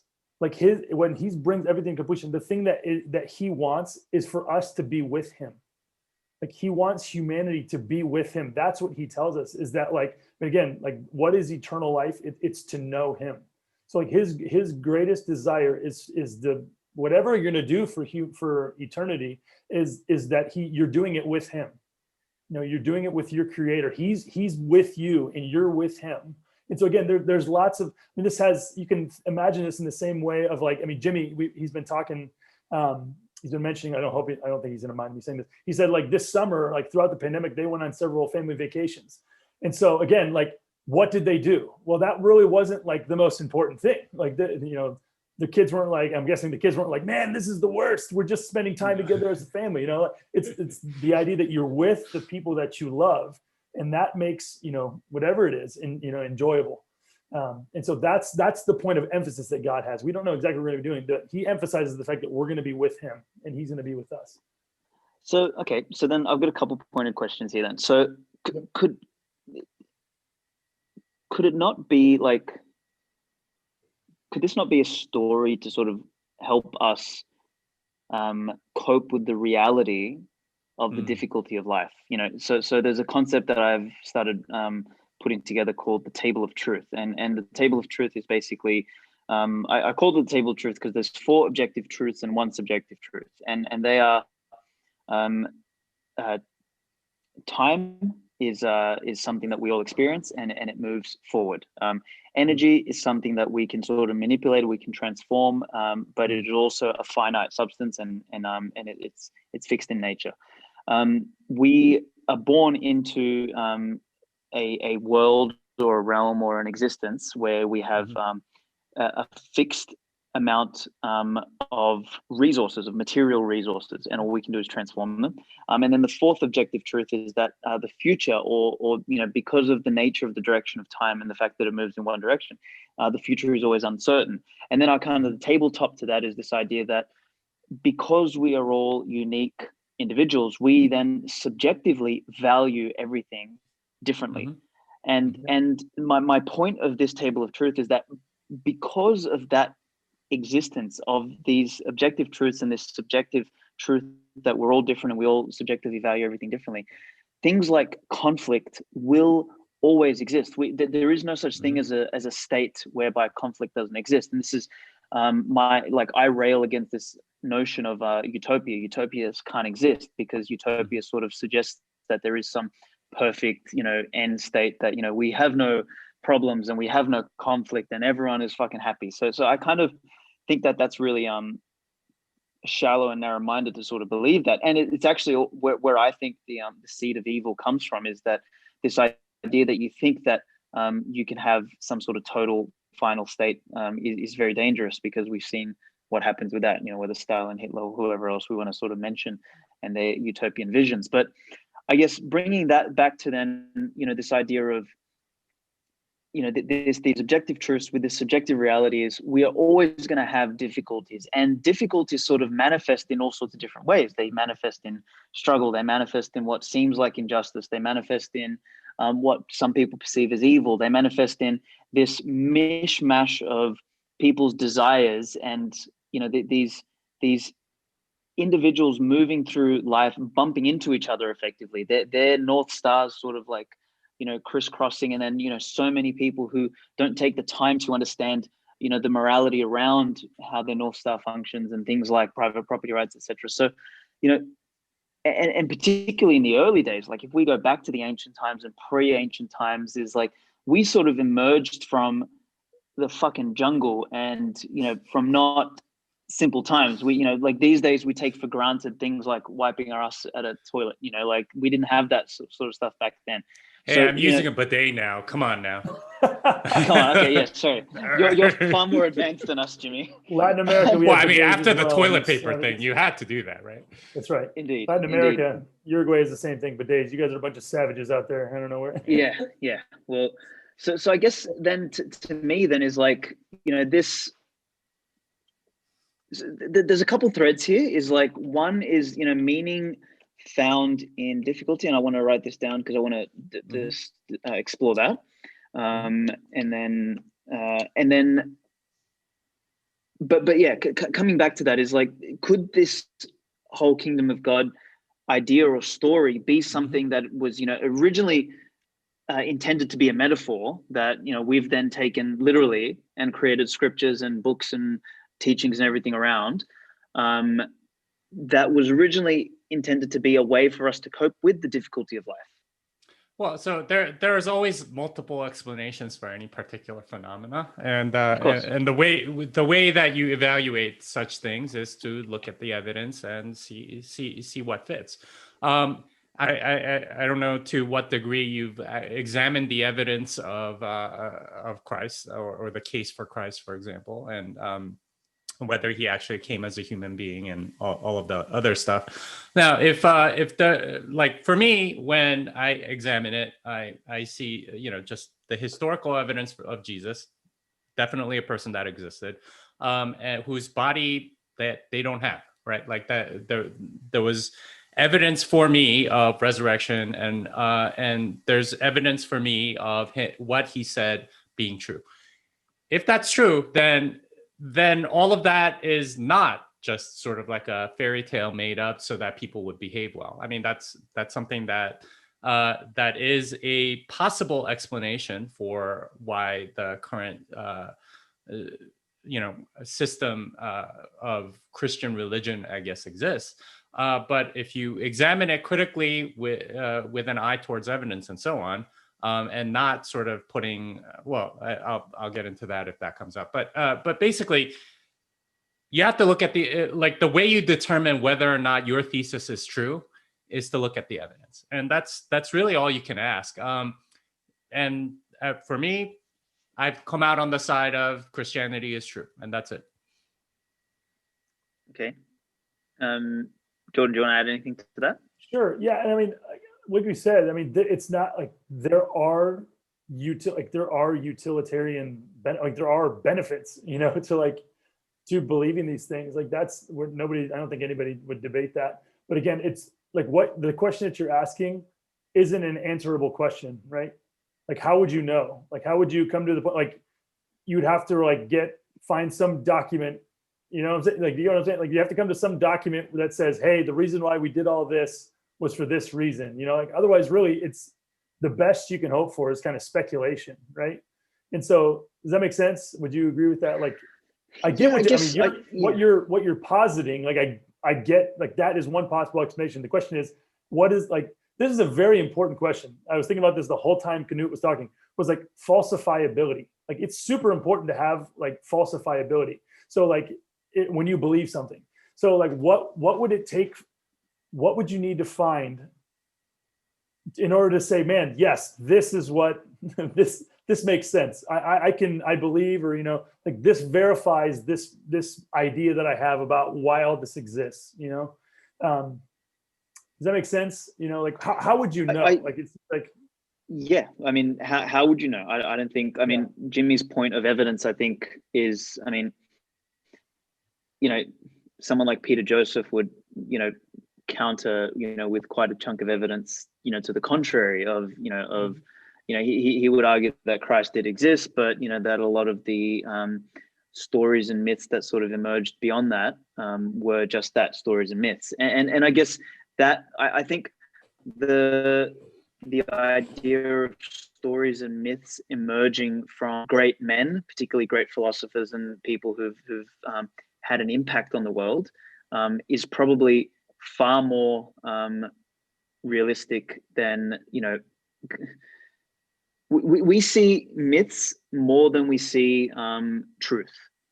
In reality, like, there was just about every single culture has a myth about someone who most likely either wasn't resurrected or didn't do X or Y or Z, but the story ended up like that. And it's funny, actually, the book that I'm reading now, Shogun, which talks about how the Japanese kind of created myths around they were called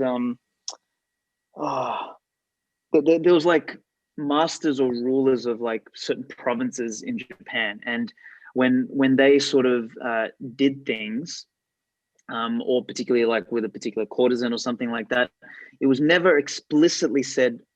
What happened was never explicitly said, but the to create legend and to create like a reverence about that person, they would consciously end up spreading elements of the story only, and allow human beings to do what they do, which is Chinese whispers, and then create something out of what was ostensibly, there was a kernel of truth there. So I guess this is a really hard one for me. This is one that I've never been able to reconcile myself. Is like, I grew up religious, then I sort of, the pendulum swung the completely other way. And then, over time, I've sort of come to appreciate the morals, the principles, the lessons, and, what I think are metaphors of, the lessons in the scriptures, but not taken them literally anymore. So I think that's a tough one for me to and that's very common among people today. Is there's I would say it's sort of like a anti-supernatural bias or something like that. They want every explanation to be within the physical realm, and I mean that's more. That's more of a metaphysical question, a philosophical question, if you will. Because if you eliminate the supernatural and say, well, anything that excludes the supernatural is a more rational or believable explanation than that one that includes it, then of course, then you're going to think that way, right? Like it's okay. Well, then this is an explanation that doesn't require the supernatural. Therefore, I am more likely to believe that because people will build legends around people, and no doubt true about what you said about the shogunate and all those Japanese warlords or whatever. Couldn't that have happened with Jesus or something like that? But again, there's sort of like an anti-supernatural bias there, and like philosophically, you have to go from a prioristic, like first principles, and say, okay, are supernatural events possible? And if so, well, first of all, does God exist? And if so, then can he or will he, interfere with the world and in a way that would be against the laws of nature, something that we would call "quote unquote" supernatural. Can he bring somebody back from the dead? Right. That's a "quote unquote" supernatural event. That you have to, and like there's a philosophical underpinning to what you said, and a slight bias there because of a supernatural like a bias against supernatural events, that you have to come through philosophically first before the evidence can be examined in a more objective way, based on whatever metaphysic that you come out of as a result of the philosophical underpinning. Does that make sense? I don't know if I made sense there. Yeah, it does. Yeah, the supernatural one is a tough one for me because, like, particularly when I was younger. So even after I kind of moved away from religion, so I grew up, just for some context. I guess the nearest you can think of is Russian Orthodox, but we're Macedonian Orthodox. So it's still like, I guess a branch of Christianity. We should have had Julia on here. She would have been a fun one to talk to. She's Russian Orthodox, and she's one of the co-authors. There you go. There you go. So for me, when I moved away from that, I didn't actually necessarily lose the belief in I had a very strong supernatural bias. In fact, I started like reading all sorts of weird shit, like occult and all this sort of stuff, and I've kind of again also moved away from that a little bit over the years, but I kind of, the supernatural one for me is definitely sits in the undecided bucket because this idea of, I brought it up with Knut and Ben. We talked about connectedness and consciousness, and and what role that has to play. And is connectedness and consciousness like a supernatural fabric that sort of like there's a really great book by Dan Simmons called Hyperion, where he talks in there about this idea of the void that binds. And it's this concept of like, he doesn't specifically call it God, but he calls it like this almost like a fucking energy, like, and he kind of describes it like in Planck space and all this sort of shit, but it's this void that binds us all together. And like, for me, I'm undecided about the supernatural element, but be, Well, I mean, I guess, think you just viewing... made the argument that the supernatural exists because because all of these metaphysical concepts are not physical or within the natural realm, right? Like even your North Star, which is private property rights, that is not something physical. That is not something material. That is something that is an abstract concept, right? That's not true, though. No. That's actually not true. That's not true. What do you mean? That is actually, private property rights are actually a biological imperative. They are definitely not a man-made thing. No. But I'm not saying that it's not man-made or something like that or whatever. There's no, this pen is physical, right? The concept of me owning this pen is a metaphysical concept.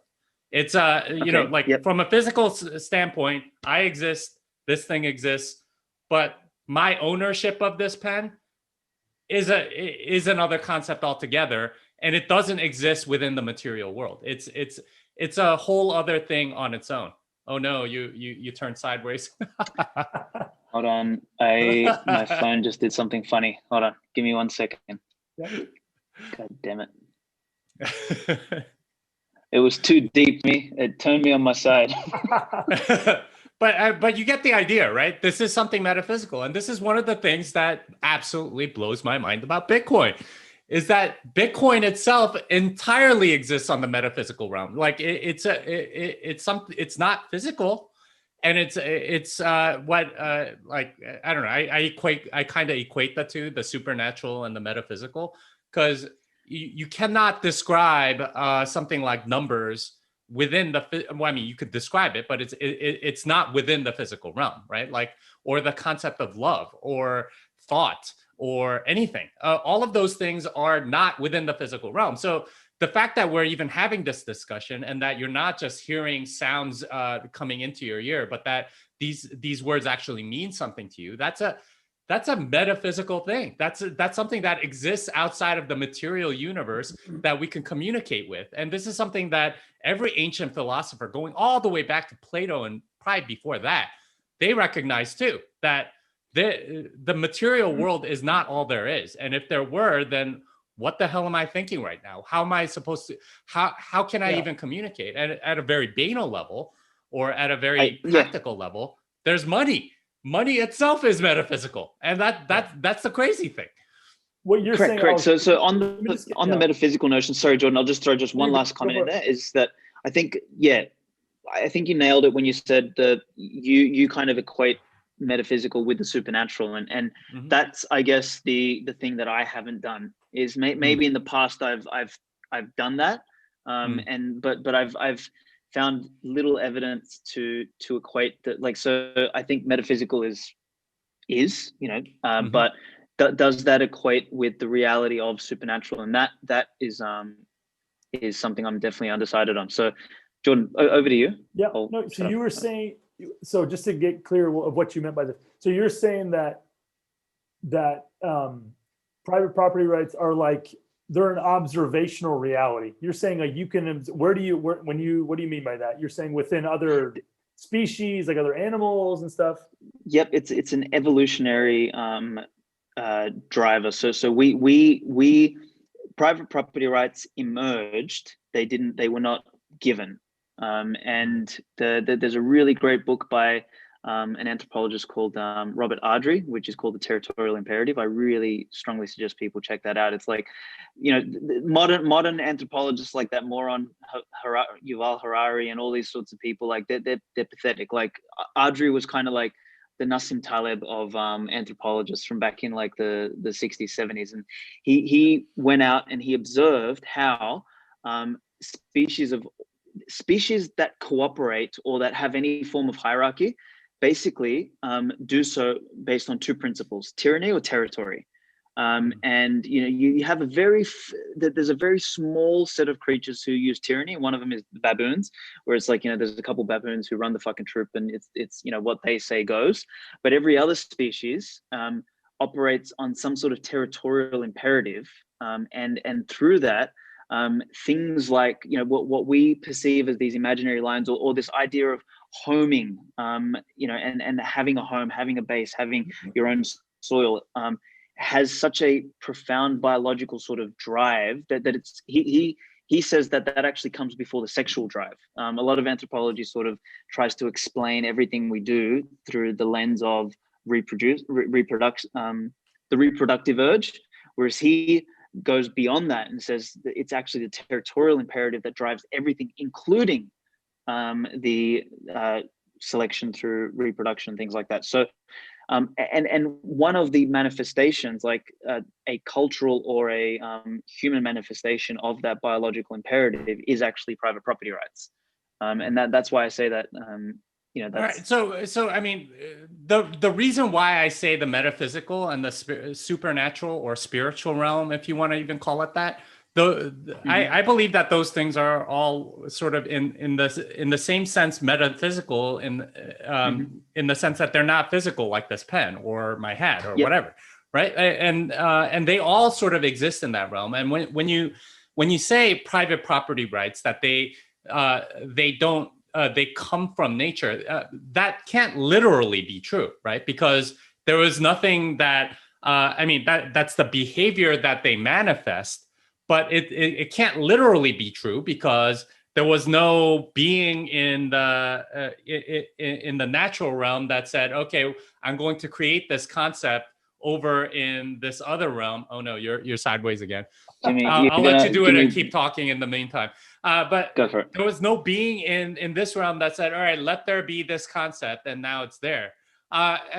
This is something that Plato, like created the entire Platonic forms in order to explain the fact that these concepts already exist, right? Like the concept of property rights, apart from this entire world, we can imagine that there is this thing, called property rights without having to resort to actual physical stuff.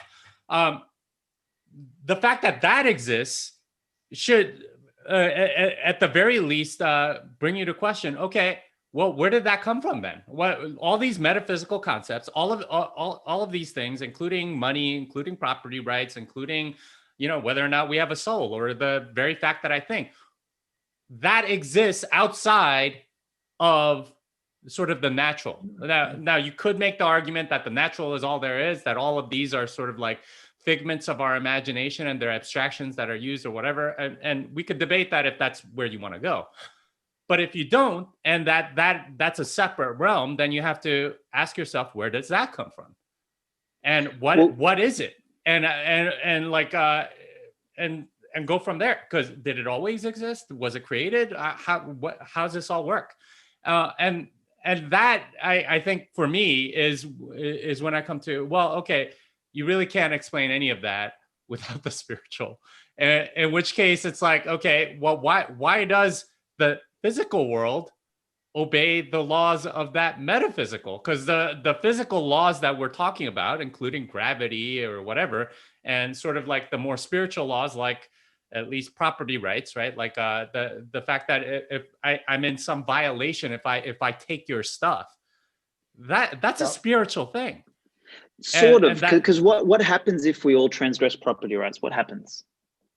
Well, this is. Well, I mean, if I transgress your property right, the thing I'm pointing out is that there's something within me that says, okay, I did something wrong.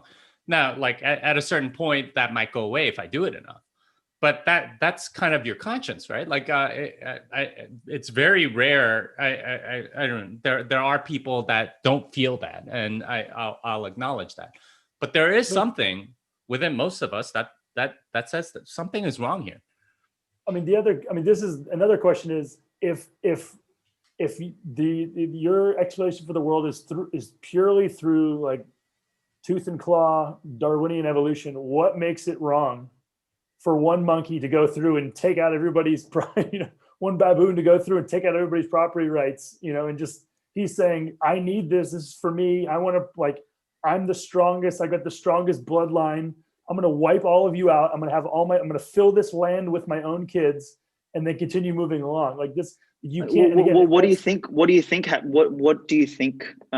is the natural balancing mechanism? How do you think? So if we remove God from the equation, you tell me, how do you think that that I'm going to wipe all you out, I've got the strongest bloodline, where do you think that leads? Well, I mean, that does happen in certain animals, right? Yeah, it does. Yeah, it happens in humans too. I mean, it happens in humans too. I mean, like bears will kill the cubs of the other, that aren't theirs, just so they can mate again and stuff like that. Yep. And this was what I think the philosophy of Nietzsche was pointing to, is that, once you remove God from the equation, like, what do you have left? It's just will to power. And we've seen that happen. This is exactly kind of what happened in a lot of these political systems, where it was, I get to do, and this is my article on positivism, right? Like, it's, I get to do what I want to do, and you have to take it because you are my slave. That's essentially the attitude of positivism, although not like quite stated that way. But it can lead to it does lead to that. Now, like, I think I've answered your question. I'm not sure where you were going with that. Like, so it leads where to, I was going is that mm-hmm. Where I was going is that it leads to an actual degradation of the system itself. So when you look at it's not a steady enough state. Nature, exactly. So it actually breaks itself down. So then what nature has seemed to have done across not only us as a species, but across almost every species, is that it's found a natural equilibrium through some sort of biological driver. So you see it in all sorts of monkeys, you see it in birds, you see it in all sorts of species around Africa, like fucking lions, this, that. So there's almost this biological drive to protect your territory, and your territory can only grow so big. It's correlated to how much of your territory you can defend. And if you try and overreach, and it doesn't preclude species within their own species, doesn't preclude one ape bashing another one over the head, and if he's stronger, taking it, doesn't stop that. But what ends up happening is, and this is a really interesting statistic, is and I can't remember what specific animal it was in Africa, but what they studied was someone moving in on someone else's turf, even if it was up to 3 times as strong, would tend to fail in taking over someone else's turf, because there was some sort of driver when you're in your fucking home territory, in your private property, that helped overcome. And it seems that nature's kind of evolved this private property right, or this territorial imperative, as he calls it. He doesn't call it private property rights, he calls it the territorial imperative. It was me reading that book after having read a Rothbardian book, where I kind of had this whole fucking revelation, you can call it. And I said, holy crap, like, private property is not a cultural construct. It's not a human construct. It's not given, or it's not us having come up with it metaphysically. It's actually a driver that sort of comes from, it's emerged over time as the most functional way for us to coexist on this planet. Because when we transgress private property rights, when we transgress this biological imperative, we actually devolve, and the system breaks down. And as a result, nature's kind of optimized for the opposite. And one of the things that's really interesting, and like it makes sense, like tons of people do it, is like what you just said is, you're saying like nature is doing this. And so like literally what you're doing is like you're personifying, like you're like you're personifying this process. And literally, whereas we go like, yes, it is a personalized, like there is a person governing this process, and like that's who God is. Like he's overseeing this process. Like secular humanists do the exact same thing. They just call it nature. So like both of us, they're doing the same thing. We both see this as a personal, like there's no other way to describe this. You just do it all the time. We do it naturally without thinking. And so again, but like this, what that doesn't, that still, like describing this is less than ideal can't ever, this is what Jimmy was saying, like can't ever get to ought. Like saying this is less than ideal can't get you to, you shouldn't do this. Or like, this is wrong for you to do that. You can say like, maybe you shouldn't do this for the survival, but you can't say that's wrong what you're doing. Well, unless you bring in utilitarianism, right? And I think that was sort of like the implicit assumption that you embedded in there a little bit sneakily, but I'll let it go. But basically you're saying, okay, well then it breaks down, therefore it's bad. Because if you have a system that's all will to power or very Nietzschean or whatever, then the system breaks down, therefore it's bad because it causes destruction. Well, Why is that bad? I mean, they're environmentalists that will tell you, okay, I wish there was a virus that killed off humanity, because then it would be better for the Look, planet. So I think that's a very, and this is why I think the utilitarian thing is a little bit, sorry, not a little bit dangerous, is very dangerous, because I actually call it humanist, call it pro-life, but I think it's beyond utilitarian, which is the belief that life should continue. Life should continue to progress. It is a continual, unending, process of evolution, of trial and error, of experimentation, of diversity, of all of these things. So when I kind of view life as that expansion of life, so it's for me, the utilitarian thing can become actually very anti-life, is because you think or utilitarians or utopians, they sort of sit in the same camp, think that they know how it should be, versus I guess the is to ought one is a tough one, right? Because that anyway, I mean, really, you get to a point where literally, I mean, you can't make absolute moral judgments about anything, and like, again, like this, there's the whole, like, you introduce anything talking about Hitler. So, like, I mean, we could go to Stalin, like you don't want to he's make safer. That, he's more politically correct. Yeah. So exactly. Even though he killed more people, he's safer. More people. Exactly. So, exactly. So Stalin, I mean, Stalin wipes out all these people, I mean, just straight up destroys them all. And like, how can you can say this is less than ideal. We don't like this. Obviously the people who were being killed, like, I mean, this is not good for us. But like, you can't, with any moral, like any moral standards, say that is evil and wrong, and you shouldn't do it. Because like, literally, I mean, if humans, like, if humans got to this point purely by Darwinian selection of, strong kills the weak and moves on, like, with what authority can you say, well, that was great for till now, we're going to put that to the side, and now we're going to try some, we're going to introduce some kindness, we're going to let our enemies live, even though we could wipe them out and just populate the world with our strength. We're just going to, and with nuclear weapons, that literally is easier than ever. You're talking like, 3 times more they can fight them off. Well, guess what? You drop a couple nukes on people, I mean, like, you're done. And so, I mean, so there's the, you just hit me with the what I was trying to finish my sentence off before, and I forgot. And I've got a definition here for morality, which is that which is compatible with life. It's not about utilitarianism. It's not about just specifically what Darwinian strong versus weak and all that sort of stuff. It's that which is compatible with life and allows for a continuation of life. And this is where things like our ability to drop a bomb on ourselves and stuff like that, that's actually incompatible with life. So it's not moral because it ends life. So or it has the capacity to fuck life up, or to end it as, at least as we know it. And it's funny, I make this argument in the latest article again, is that life is going to continue whether we like it or not, because life is too complex, for however stupid we are in our process of, trying to control life, which is something that we're not supposed to do. Like life is a process of experimentation and expansion. So as we try and control it and constrict it and place it in a box and put it within our own subjective interpretations of what is the ideally utilitarian or ideally utopian, we actually squeeze the life out of life. And we may, in the process of doing that, make ourselves an evolutionary example, because we kind of wipe ourselves out in the process.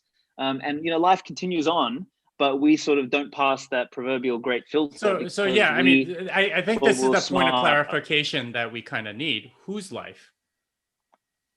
Because I mean, like, there's lots of life on this planet, right? Like, there's bacteria and there's amoeba, there's lions or whatever. Whose life? Well, ours. So I think we are sort of like the we're at the edge of the experimentation of this thing, or this broader force called life. Now, one could argue that that's what God is, but let's assume that there's this thing called life, and it's quite varied, and we are one component of that. And we seem to think that, we know better in some way, shape, or form, and we can, make life, which is this complex emergent process, conform to our set of rules, be they totalitarian, utilitarian, or whatever they might be, democratic. But in the process, we actually wipe ourselves out, like our component, because maybe the prefrontal cortex and the way our mind works, etc., is a evolutionary experiment. It's one of those, life trying 10 things, 8 will fail, 2 will continue. And I guess we don't know what that is. And my definition of morality is, at least in the context of human beings, is that which has the greatest tendency for life to continue for us. Okay, so clarify this for me. How is that different than utilitarianism? Because for me, it's you're using the word life as sort of like most good for most people or something like that in some time independent way. So like it's going forward in time, I suppose, or something like that. I'm not getting the distinction there between that and utilitarianism. Okay, utilitarianism for me, I see as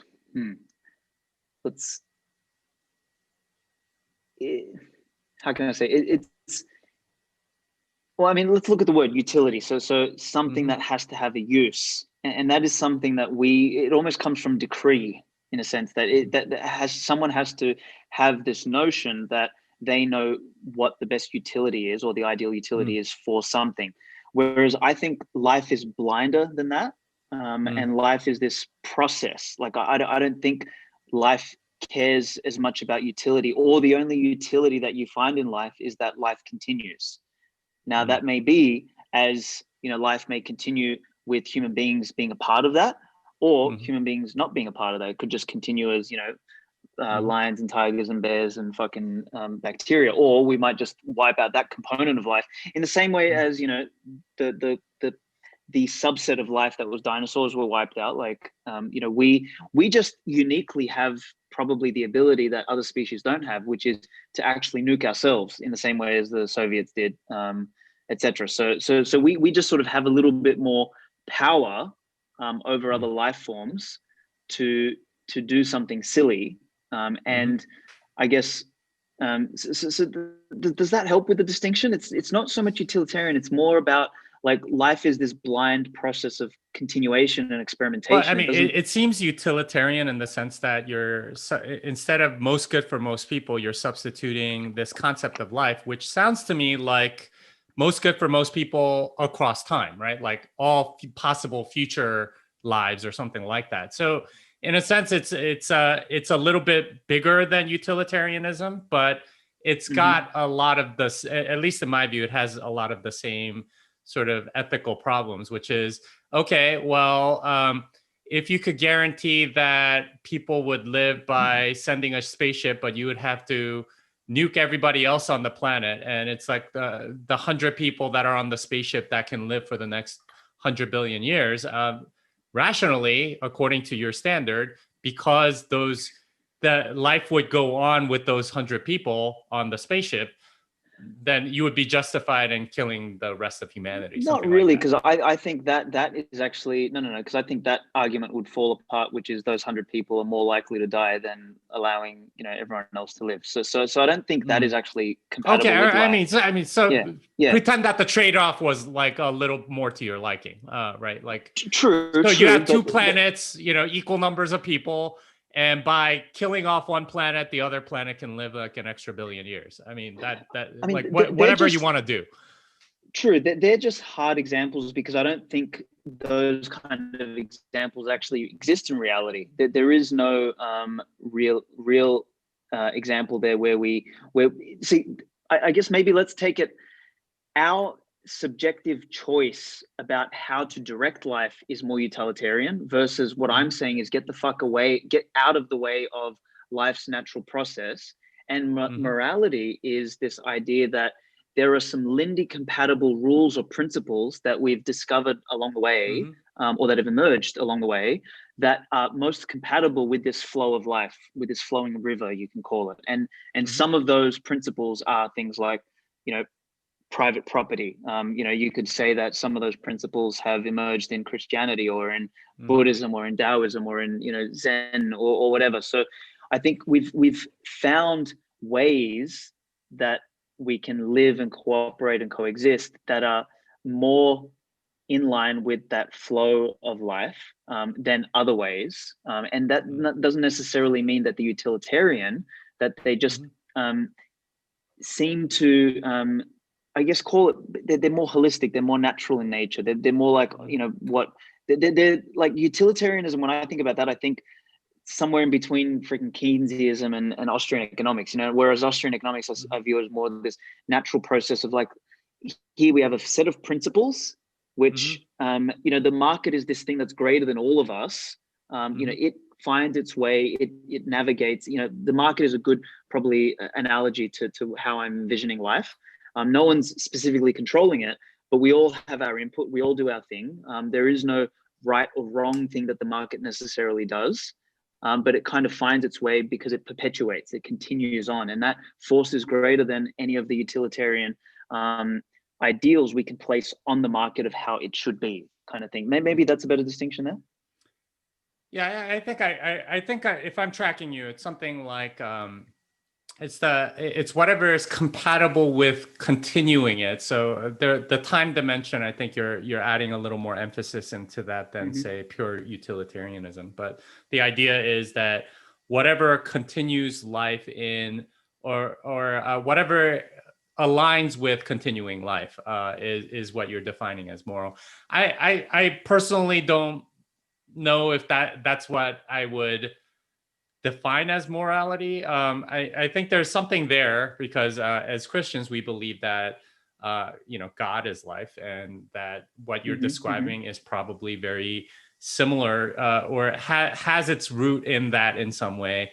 And I suspect that there's probably some component of that you're actually like responding to, or that feels compatible with your view of life, or feels like it fits better or something like that. I would actually argue that there's probably a huge overlap there between the Christian morals, values, and beliefs, and that maybe what the Bible is or what the religion is that here's a set of rules that are most compatible with God, i.e. life. So maybe this is a case of more semantics than anything else, is that we're talking about the same thing, where I'm talking about the flow of life, this thing that continues and it flourishes, it moves, and as soon as we try and like kind of conform it to our limited perception of what it should be based on what I say, we are diverging from the flow of life. Whereas and in the Christian sense, it's like life is God, and we've got this religion, we've got this book, we've got this set of rules, these principles, these morals that if you live by these, you are more aligned with God, and you will reach through this flow of, or this direction that you're moving into, you will reach the kingdom of God in a sense. So I think that they're very, very, very similar. So so really, I mean, we would agree with that. I think in large part, the question is like, then you get to the question of special revelation, right? Did God speak? Like, has God spoken? And I mean, done things that he says he's done in the scripture, because again, has he done things that we couldn't arrive to any other way? So then the question is, like, this process that to us, I mean, again, seems natural. Like, did God actually initiate that process, or was it literally, did it break every law of thermodynamics and just come out of nowhere? Or did God, who, or has ordered the universe, did he order those, create those laws of thermodynamics? He can break them to start start life. And so this is where, I mean, for Christians, it comes down to this. In this question it comes down, I mean, the biggest question is comes down to Jesus, because like this is like Jesus says and does things that if any other human being is not God in a human body, they are the most insane or egotistical things that any human has ever said. Like Jesus, there was this poor woman this woman who wanted to use this very expensive perfume. Okay. Jesus had changed her life, and she wanted to take this perfume, put it on Jesus's feet as to basically say, as like a thank you. Okay. And this perfume was a crazy expensive. And so she starts to do it. And one of Jesus's disciples, a utilitarian, goes, couldn't this money be sold, or couldn't this perfume be sold and the money given to the poor? Okay. This is a perfectly rational question. And Jesus says, Jesus' response, this person who we either look at, I mean, he's this great teacher. He cared for the poor, he ministered to them, which he did. But Jesus looks at this guy who asked this seemingly perfectly rational question and says, you will always have the poor with you, but you won't always have me with you. Leave her alone and basically let her do what she's doing. So if Jesus is not who he says to be, which is the God in human form, okay, for a human being to say, screw the poor, like let this woman use this super expensive perfume, put it on my feet, is one of the most egotistical things I've ever heard in my life. And so like you get to this point where, and like C.S. Lewis comes up with this, he lays out this thing, like when you get with Jesus, there's three possibilities. He's either a liar, okay, he either knew that he wasn't God and was laying all these things, he's fooling all these people to make himself look great. And then in that case, we should not respect Jesus at all. Like he was the ultimate con man, and we should reject him because everything was done just for his own benefit. He's either a liar, he's either that or he's a lunatic. Okay, he thought that he was God, and so he did all these things, said all these things, but it was the delusions of a madman. Like, and so in that case, he's not this model that we should follow. We should reject this and pity this man who thought these delusional things. Or he is who he claimed to be, which he's the Son of God, and he's the creator of all of everything and everyone. And so, and like that is a very uncomfortable thing. Like, I mean, it sounds nuts, but literally when you get down to the point, I mean, like you have to come to grips and have to consider what Jesus said about himself and about the implications of listening or not listening to him. And so, yeah. Yeah. Okay. I've got a comment on that. So I would say there's probably a fourth dimension there after those three, which is like an incredibly insightful philosopher who may have also been a little bit delusional, or who may have understood that the divine would help people sort of take on the message better, perhaps. Now, like to your point about what he said. I would call that one a liar, just by the way. Okay. Okay. Yeah. Fair. Okay. Cool. All right. So maybe they'll sit in one of those. But I would call that would be a utilitarian lie, right? Cool. Yeah. Fair. Okay. Fair. So I guess to your point about the like I actually see there's a powerful message in what he said there about the poor will always be with you, but I won't. Is this idea of taking the moment to like that's a worship thing. Like there was worth in him saving that woman's life, and doing that act of kindness in return, like that payment, that worship, that thing is, it almost, for me, I take a powerful moral lesson from that, which is, there will always be challenges. There's always going to be shit. There's always going to be crap going on. But sometimes you just do need to take a moment and honor yourself, or honor that those whom helped you. And I think that's I think that I don't actually find that egotistical. Maybe because I'm essentially an egotistical. I find what you said like very convicting, because it's like I need to be more grateful today, like because I don't know. Aleks is doing better exegesis than Jordan right now for me. I don't know. Yeah. So I mean, again, but the question comes down to, I mean, like that's a great point. But like the question is, again, it's not to say that that's not a true thing. The question though is, what did Jesus's disciples take from what he did, right? Because that's like Jesus, his last words to his disciples. He tells them, "Go into all the world and make disciples of me."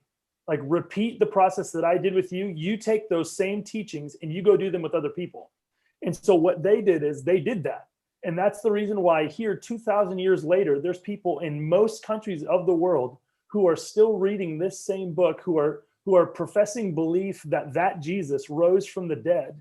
Like, again, it's not just we believe in the teachings of this man, it's we believe he rose from the dead, And so like, this is like, that's a very specific thing for millions and millions of people to be convinced of over the course of 2,000 years. Like that's, and again, that's a necessary tenet of being a Christian, is believing in the bodily resurrection of Jesus.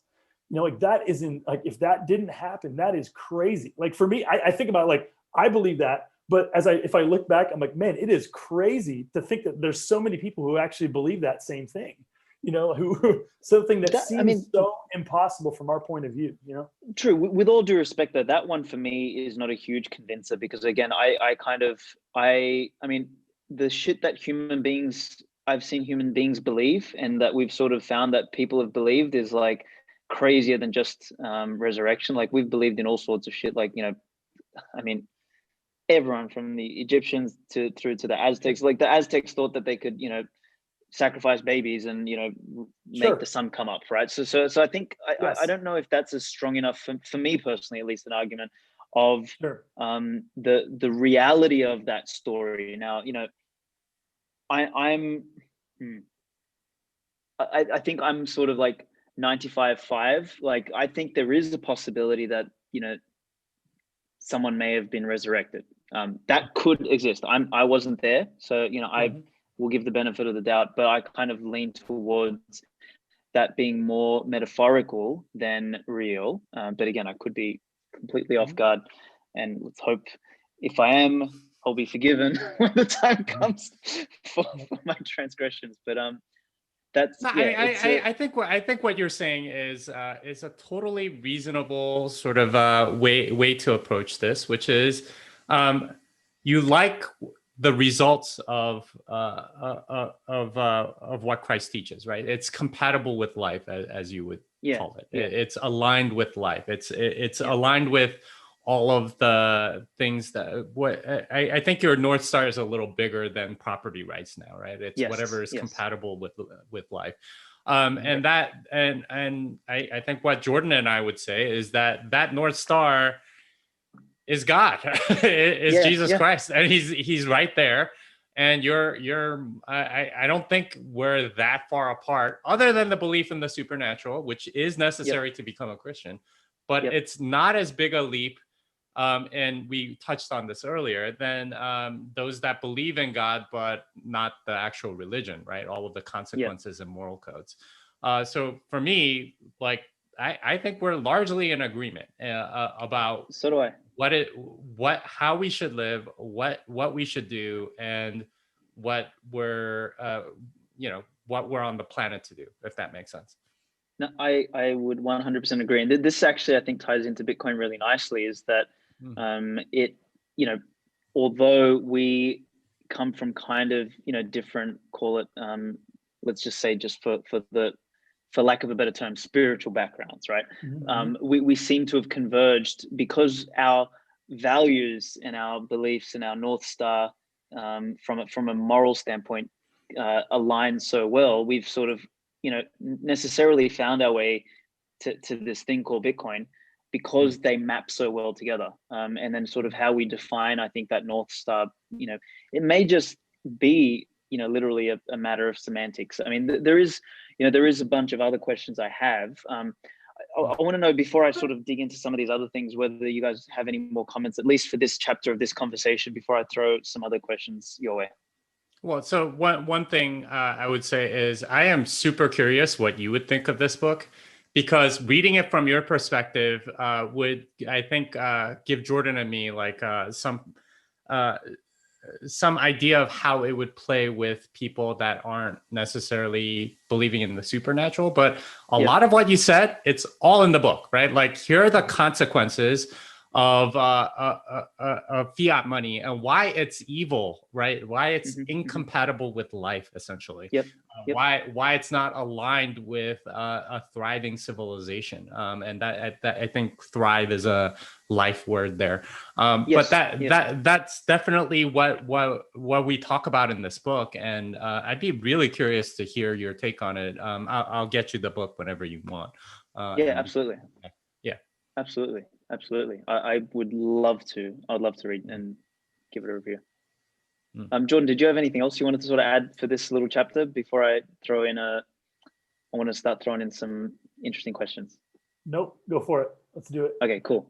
So the first one here that I've got is in your minds, so what happens in society?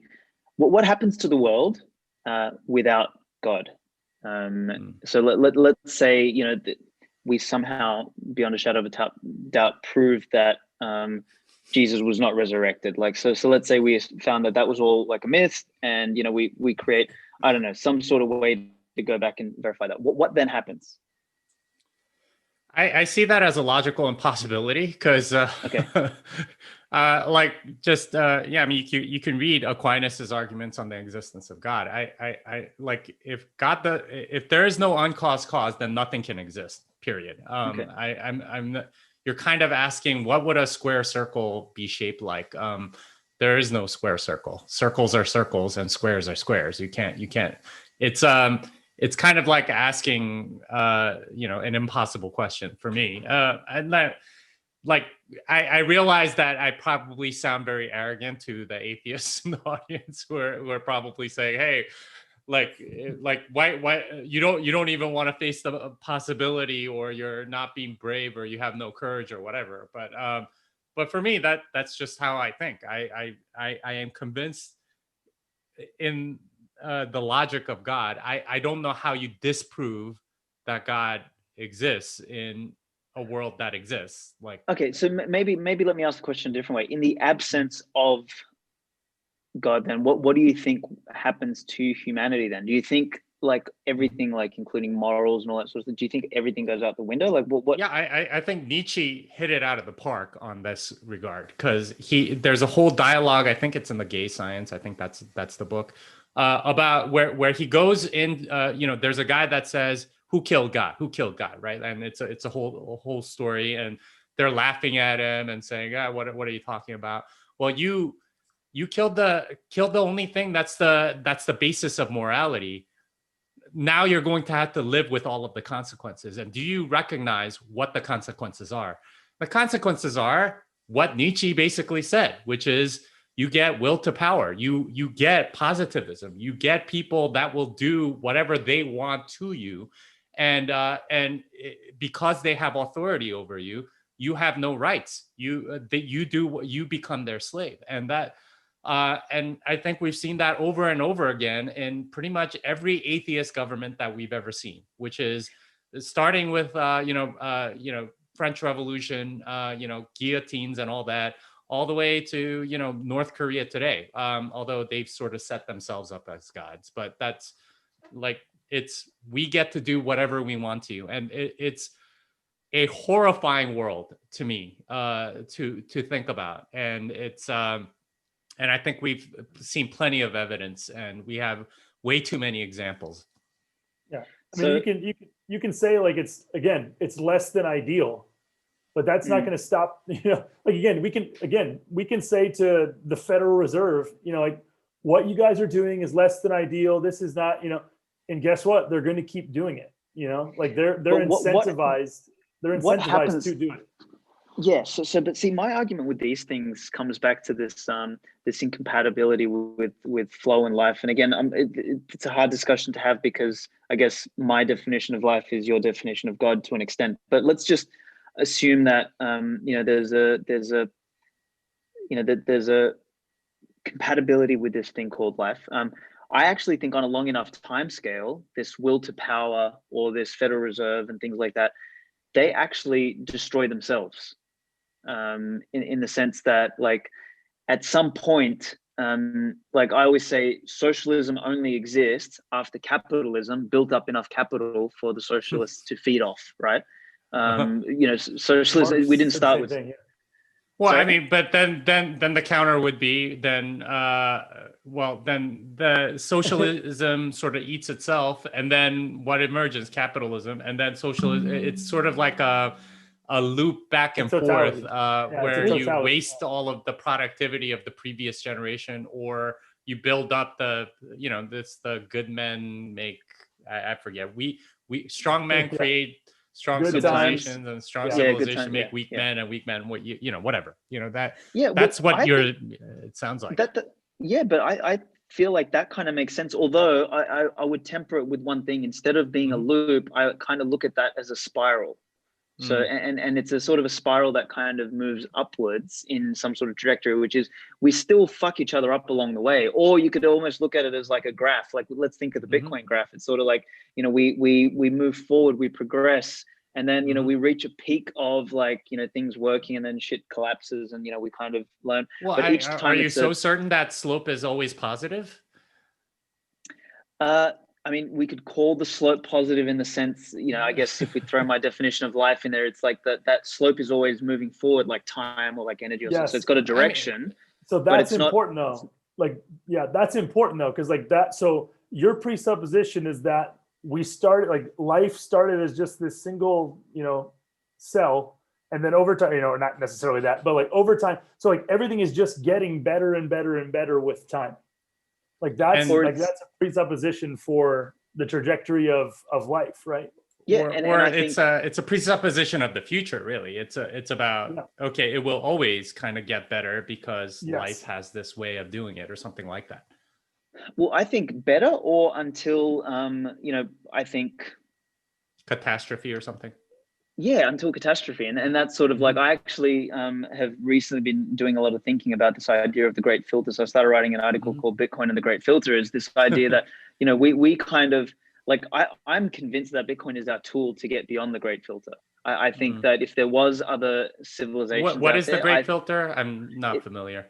Okay, it's this notion or this idea that civilization gets to a point where it is it's sort of at a fork in the road where it's powerful enough to either blow itself up or become what they call, I think maybe it was Sagan or someone like that popularized this term. It's this idea of a level 3 or level 4 species where it can kind of transcend the, you know, life on Earth and kind of, you know, move towards a more prosperous sort of future. And I think we're kind of in that interesting phase where we are arrogant and powerful enough and ignorant enough to actually accidentally blow ourselves up in the same way as the USSR nuked themselves, right, with Chernobyl, or alternatively we you know, unleash a fucking AI in our utopian pursuit, and in the process make ourselves obsolete because we've, you know, created something. We've unleashed the Leviathan, to use a biblical term, that we could not control, or alternatively we come back to natural principles, and I think Bitcoin is that sort of return to natural law, natural principles, private property, etc. You know, call it Christian values, call it whatever, that allows us to sort of transcend, in a sense, this period of, I call, de-civilization that we've gone through over the last couple hundred years, particularly with the decay of the nation state. So what was my original point? I can't remember. Well, I mean, I think you're arguing that though we've had a negative slope for at least a little bit, that it'll come back to a positive slope. Yeah, or the game ends, or the game fucking ends. Yeah, because there's only so long you can. There's only, like, if you zoom out long enough, if you try and like fight gravity, you may be able to jump for a little while, but the shit's gonna catch you, you know. And that's my sort of point on that. Yeah. So you can answer your question from a couple points, right? So like, I mean, if you want to, like, what happens to the world without God? I mean, like, you can answer it in that way, just like the consequences of that. Oh boy. Yeah, Alex, you're frozen. I think you might have to, I don't know, do something. Oh, now you're good. Okay, so you can answer it from one of a couple of ways, right? So you could talk about like the existential like effects of, you know, of not believing in God or whatever.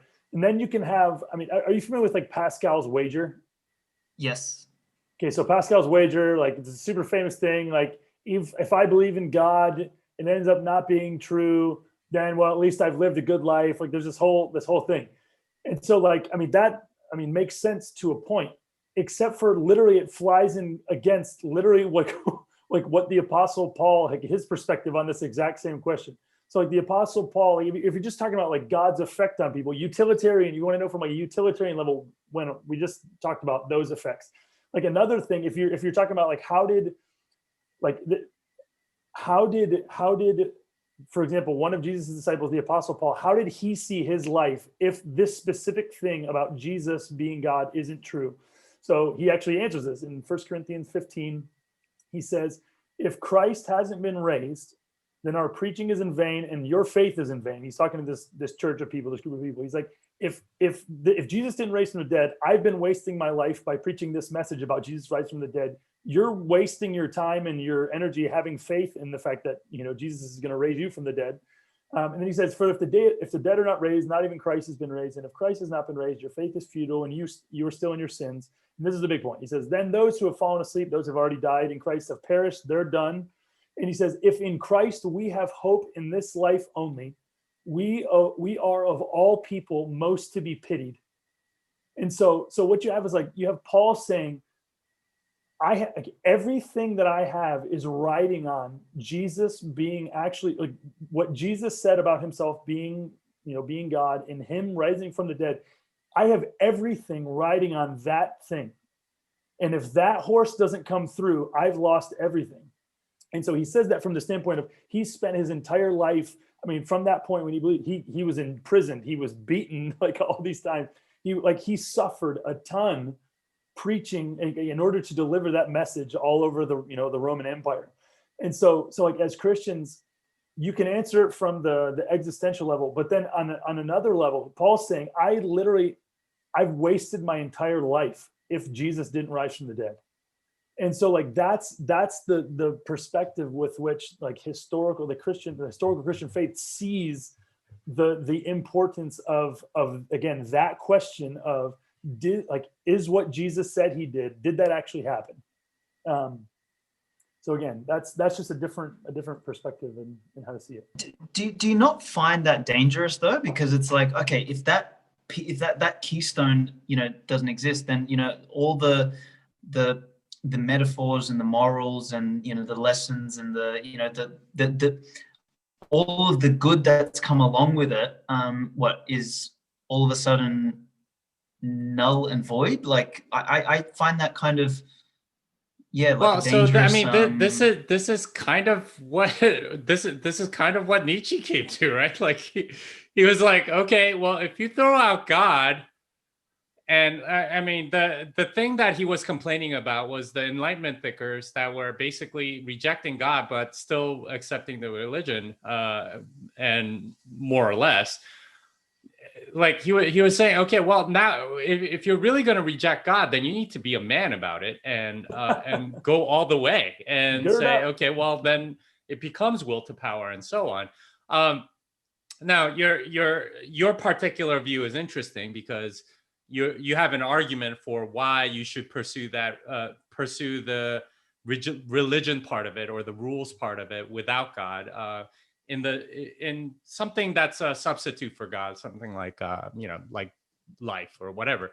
But that's entirely his point, is that if you take out God, then this is what you're left with. It is kind of almost a sociopathic world where everyone acts like a sociopath, where all they want is power, and that's all that matters. And it's I don't think I'm going too much out on a limb saying that a lot of people kind of have that mentality, especially in politics and so on today, as a result of sort of like removing God from the equation. So when you're saying isn't it dangerous? Well, the much more dangerous thing is taking God out, because it's hard to hold on to that religion. I respect the fact that you have, without God, because once you remove God, then you're also kind of, the religion part starts falling apart too. And it's hard to just sort of pick and choose the morality of it. I mean, humanists have been trying to do that for years, but it just doesn't work. There's no evidence that it does.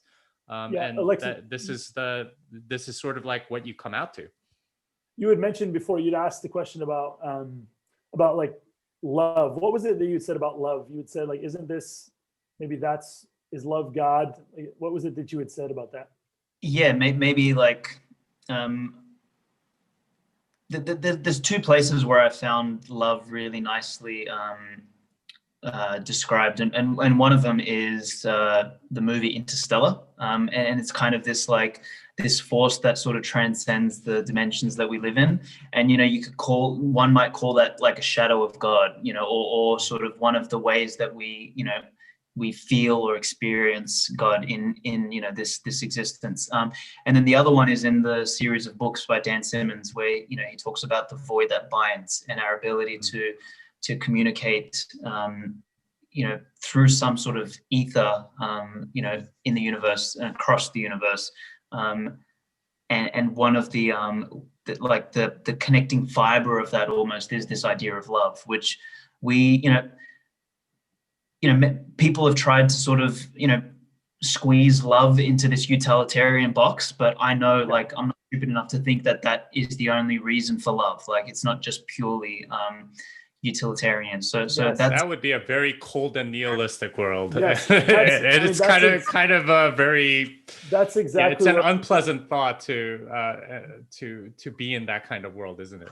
That's exactly where I was going. So Aleks, do you have, if you don't mind me asking, like, do you have like a significant other? Like, do you have like a, okay, not at this stage. Not yet. Not at this stage. Okay. So like, let's imagine you meet you meet someone and you say, hey, I have a proposition for you. Given that it's good for the furtherance of human beings to procreate. There we go. I would like you to consider procreating with me so that the species will continue. Think of all the good that will come of it. Our species will continue. We can have children that will contribute to this as well. We won't be alone. We can have these feelings. Like, if you just bring it down to the utilitarian, like, this is the good that we get out of this thing. Like, I mean, literally, like, love doesn't exist in that world. You really it's just about what we get out of it. You just ruined my pickup line, Jordan. You just told all the girls exactly what I was going to say. God damn it. Yeah. And so, that's a big part of this too, is, like, that again, so you have to trying to give an account of love from purely naturalistic standpoint is impossible. Like, it's really difficult. And so, that's one of the many things, and I think that's our point, is that there's a lot of other things that also fall apart with it. I think C.S. Lewis describes it as sawing off the branch that you're standing on, because like, you can do it, but it's going to crash the rest of it. And I think that's a fair description of what's happened to a lot of people, unfortunately. And this is honestly, this is where children are supposed to stem from, right? Like, children aren't just supposed to be, like, the idea of children is that you have two people who love each other, and the fruit of that love is that new life is created, right? Like, their lives, their individual lives come together, and the fruit of that love is so powerful, like, that it brings another life in the world, and another life, and another life. And so it's this beautiful thing. Like, you have, like, the physical world and then the metaphysical world come together. Like, they're wed. Bitcoin is one of those things, by the way, the physical and metaphysical coming together. And so are our brains, like, where we have thoughts, because those are, and those are some special places. And from the theology that Jordan and I subscribe to, Jesus is one of those as well, right? Coming from the metaphysical or supernatural into the physical world. And that's what makes all of these things very interesting and very, beyond almost our comprehension to some degree. Yeah, the love one, and I guess for me, love transcends even just this idea of procreation, because I think procreation itself can be, whether through a utilitarian lens or through a naturalist lens or whatever, that I think is pretty easily explained. I don't think that's much of an issue, but there is things like, for example, the love you have for someone who's passed away. Like, they're the ones that sort of make me think that that love has an interesting thing.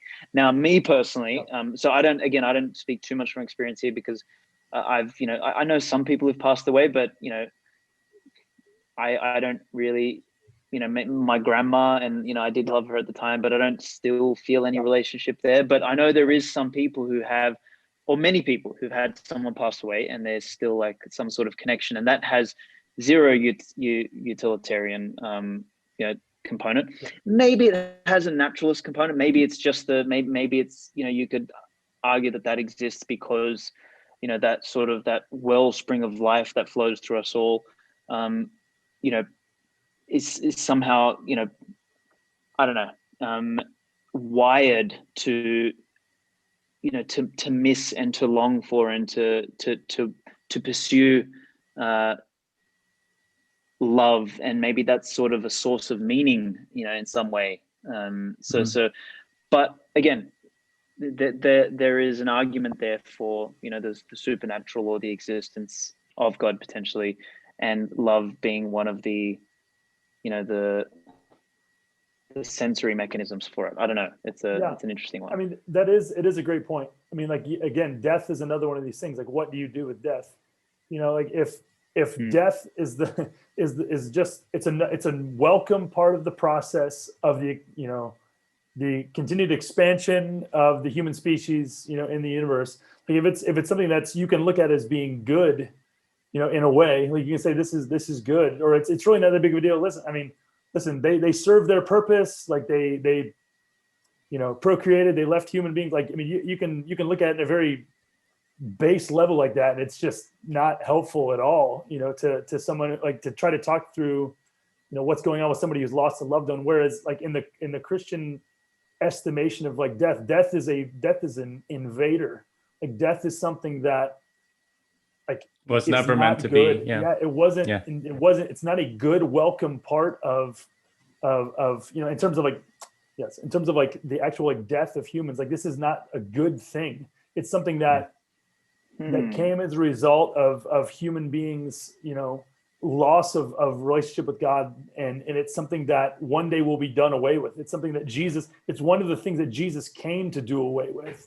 I don't know. I'd push back against that. I think for me, that's actually one of the things that over time has kept me probably away from the realigning with Christian scripture, is this sort of this aversion to death, because I think I think we in modern society or even in the religious context frame death as this negative, whereas in the broader sense of life, like, life is this cyclical process. Like, I mean, we the food we eat, the sun rising and setting, like, everything moves, and like, this idea that we can somehow live forever, I think is for me is anti-life, because it doesn't that doesn't represent, like, a progression. Like, so if life is sort of moving through us in a sense, and call it God moving through us or whatever, it would want to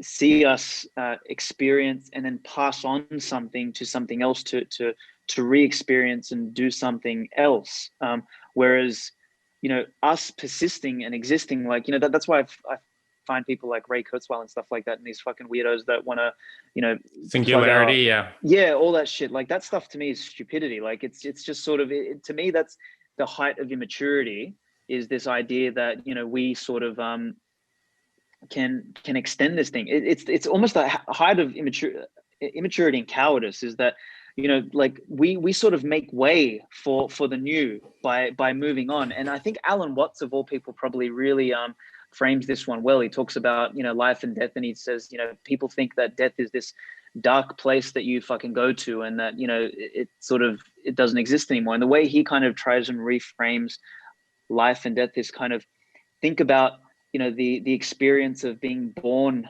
and what it was like before being born, and think about death as the experience of the reverse of that. It's sort of like, it's not this place of, like, nothingness or this darkness or something like that. It's sort of, when one is born and another when one dies, another is born. It's sort of life kind of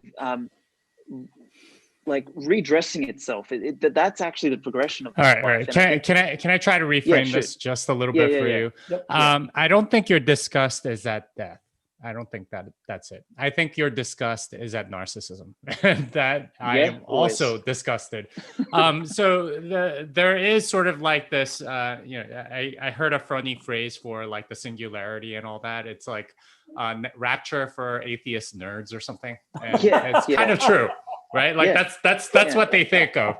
And that's where they're putting their hope. But what you're talking about with people's obsession with death, or like with living forever, is very different than I think what a Christian conception is. And I think you might be conflating the two. So for a lot of people, they want to kind of live forever because their self is all they have, right? They don't believe in God. They see, they want to hold on to this little thing that you have with life. And I think you're showing a lot more courage, saying, you know what, let's just face up to that, because that's a more, I don't know, a righteous way to live for you. And I totally agree with you. And that is a more righteous way to live. And sort of like living in fear of death, which we've seen throughout this whole coronavirus pandemic, right? Like it is this idea that, okay, we life is more important than everything else. There is nothing more important than me living another 5 minutes, because anything that threatens that is the worst evil that can ever be. That's been the mentality, and that's a mentality that sort of entered our consciousness, I would say, maybe in the 50s, 60s, something like that, with like the whole self-esteem movement and pop psych and all this, which was based on narcissism. It's all based on, I am the only thing that is important, and that if and that's I think where your disgust is coming from, and I totally agree. That is disgusting, because if you fear death for that reason, because you fear the end of your own life, because that is all you have, then I mean, you're not showing much virtue, you're not showing much courage. All you're doing is fearing the end because you haven't done anything, and that's all you have. Like, you have no greater purpose. It is you found no meaning. Yeah.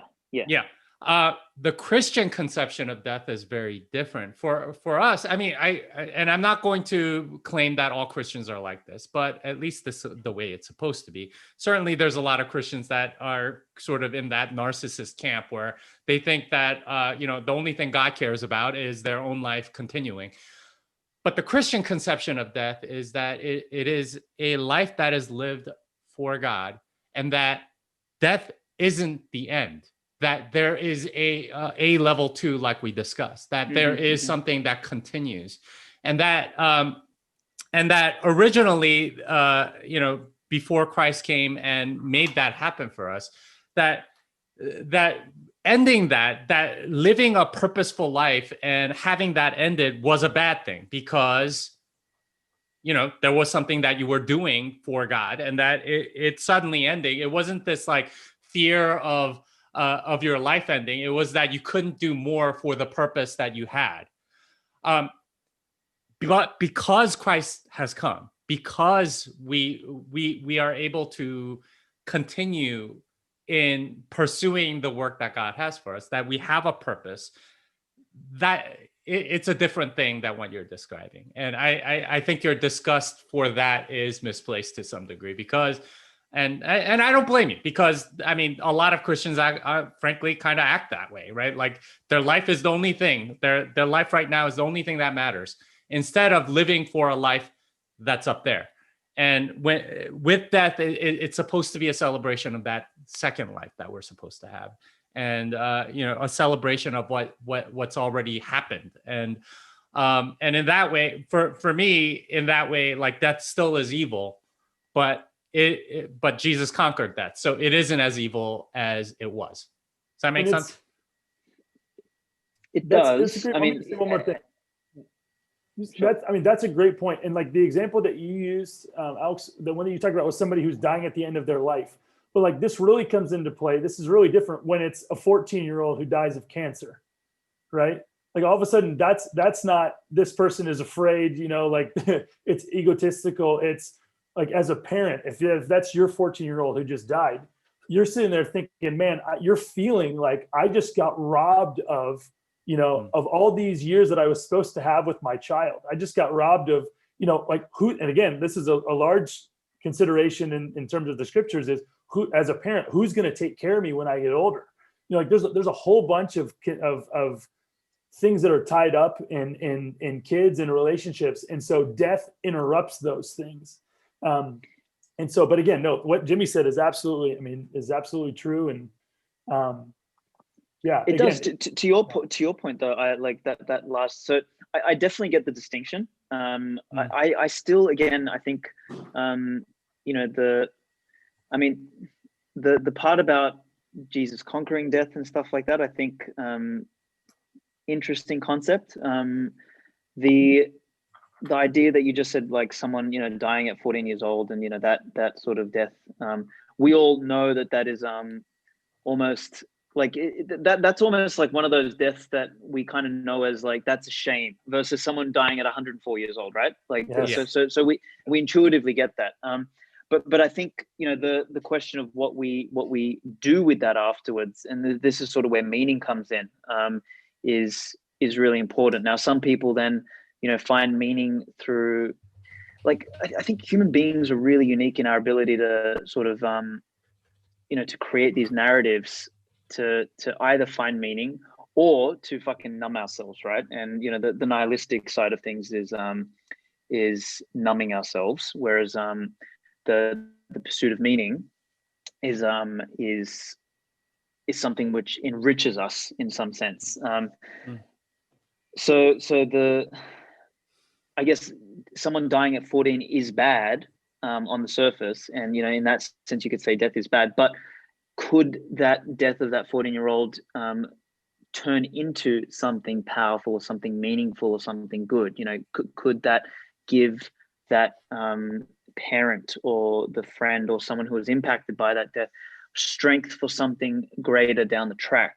And even in a non-theological or non-deist standpoint, like, I think that meaning can be found from that's empowering and that it's enriching, irrespective of the existence of God or not. But that's where I think we fuck up with death from a societal standpoint. And I don't know whether I think there probably is brave Christians who sort of view death as this transformation, but I just think the taboo that has been placed around death, with this emphasis on this idea of death is bad, I think has almost given rise to this this modern narcissistic desire to fucking live forever. Maybe it's even given rise to that shit. I don't know. It's strange how humans take things and I think basically what we have is like sort of a corruption of the gospel, as I would call it. It's it's this doctrine that like your life is the only thing that matters. That's not Christianity at all. I saw a cartoon the other day that was hilarious. It basically said, like, 64 AD, Emperor Nero, you will be sentenced to death and fed to lions for worshiping God. And Christians, I will die as a martyr for the glory of God. 2020, Gavin Newsom, you can't go to church or you will get a $5,000 fine. Christians, okay, thank you. Okay, safe, right? Like, and that is honestly kind of a way, a really strong commentary on Christians today. They fear death way more than they should. Like part of Apostle Paul's exhortations to Christians was, you don't need to fear death. Like, for me, to live is Christ, to die is gain, right? Like that's the attitude that we're supposed to have. And instead, we've sort of taken on this like very narcissistic attitude of, oh, that means my life is over, and like, what am I going to do? I mean, like you said, it's very possible that your life has a purpose beyond what you know, right? Like there's so much more that could come out of your own death that you have no idea in which direction that will go or what impact that will have. So I mean, I sympathize with your disgust, because it's the same disgust that I feel myself. but at the same time, that's not what real Christianity is. And if you read the scriptures, that's like it's one of courage. It's one of being able to face your death and saying, you know what, it's okay, because ultimately I have something greater that is being prepared for me. And that's the important thing. And that goes back to what you were talking about a while ago, Alex, was I mean, the idea of sacrifice, the idea of the hero laying down his life, it's got to do with the idea that there's things that are more important than my physical life, than my individual life. Like there's truths and there's things worth living for that are more important than my individual life. I will die, I'll move on. And yet, like, there's things that are so important that these things should stand long after, long after I'm gone. 100%. I closed the Bitcoin Times, so I did like the final notes when so this will be out soon, and I actually talk in there that for me Bitcoin represents something, and I think it was Tupac of all people who inspired me with these words, believe it or not. And he said, if you can't find something to live for, find something to die for. But I've kind of changed that into, like, when you find something you're willing to die for, that is something you are willing to, you have then reason to live for. Exactly. And for me, like that concept of value, like life is just, our individual life is something we value, but there is other things that we, can value more. And this actually ties back to, the call it the natural or the Austrian economists' view of subjective value. Like I always, when people talk to me about intrinsic value, I always say, look, there's no such fucking thing, because I'll give you one example, which is, air. We all value air, right? Because we need to breathe. But in a scenario where, let's say, you and a child, God forbid, crash and fall off the side of a bridge, and you're both drowning in the car, and only one of you can survive. Guess what? The reality of subjective value comes into play, which is you're probably going to save your kid because you value the kid's life more than you, right? Like if you're a parent, assuming like you've got some sort of morals, right? And that's where like this subjective value thing is really it's a fundamental truth. We can't get away from that. And I think, value as a concept is then derived from things like meaning. And this is where I, like, over the last probably 5-6 years, as I've sort of come into my 30s, I've started to appreciate the, because if you spoke to me 5-6 years ago, I was like much more like Canute. Like I was like, yeah, fuck this dismissive bullshit. But these days I appreciate the, the meaning that comes from, this North Star, call it, a God. And like, I think one of the most impactful books, I don't know if you guys have read it, but, Viktor Frankl's Man's Search for Meaning is powerful for me because, he was these people who had no reason to find any meaning.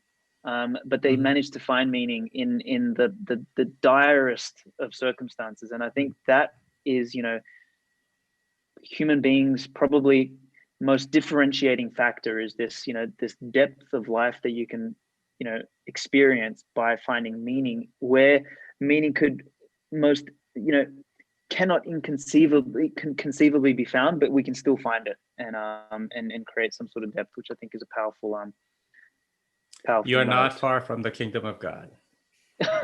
Thanks, Jamie.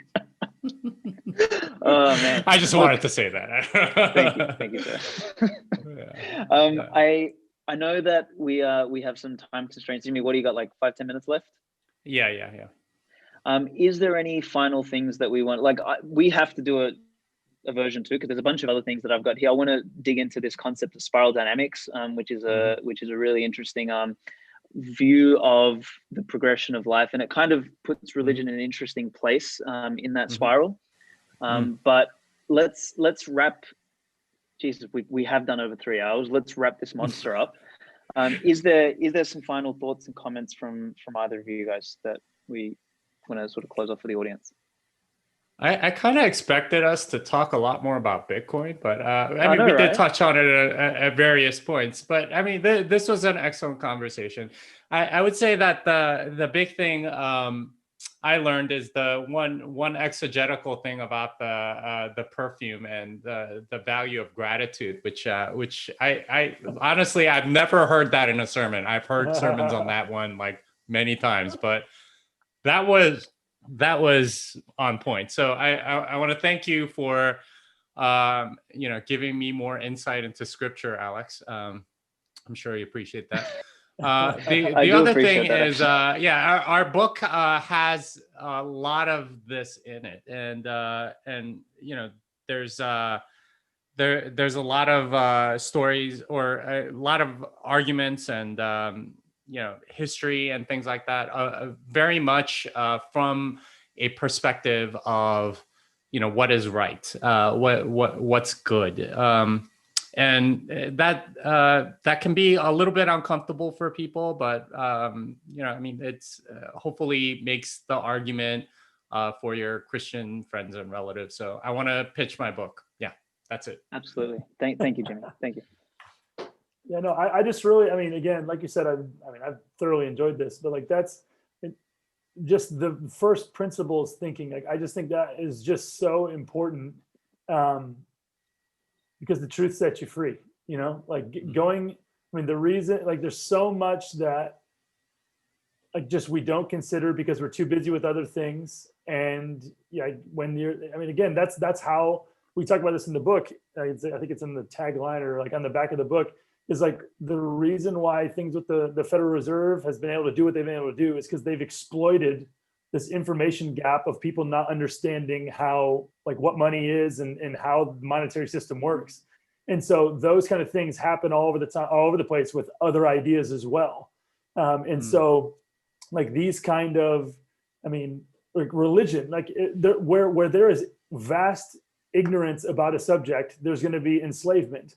And so we're in a country where we don't learn very much about, we don't consider, we don't delve deeply into philosophy, into very many topics at all. And so it shouldn't surprise us if we don't understand things and consequently are enslaved to patterns of living and to beliefs that don't further human flourishing.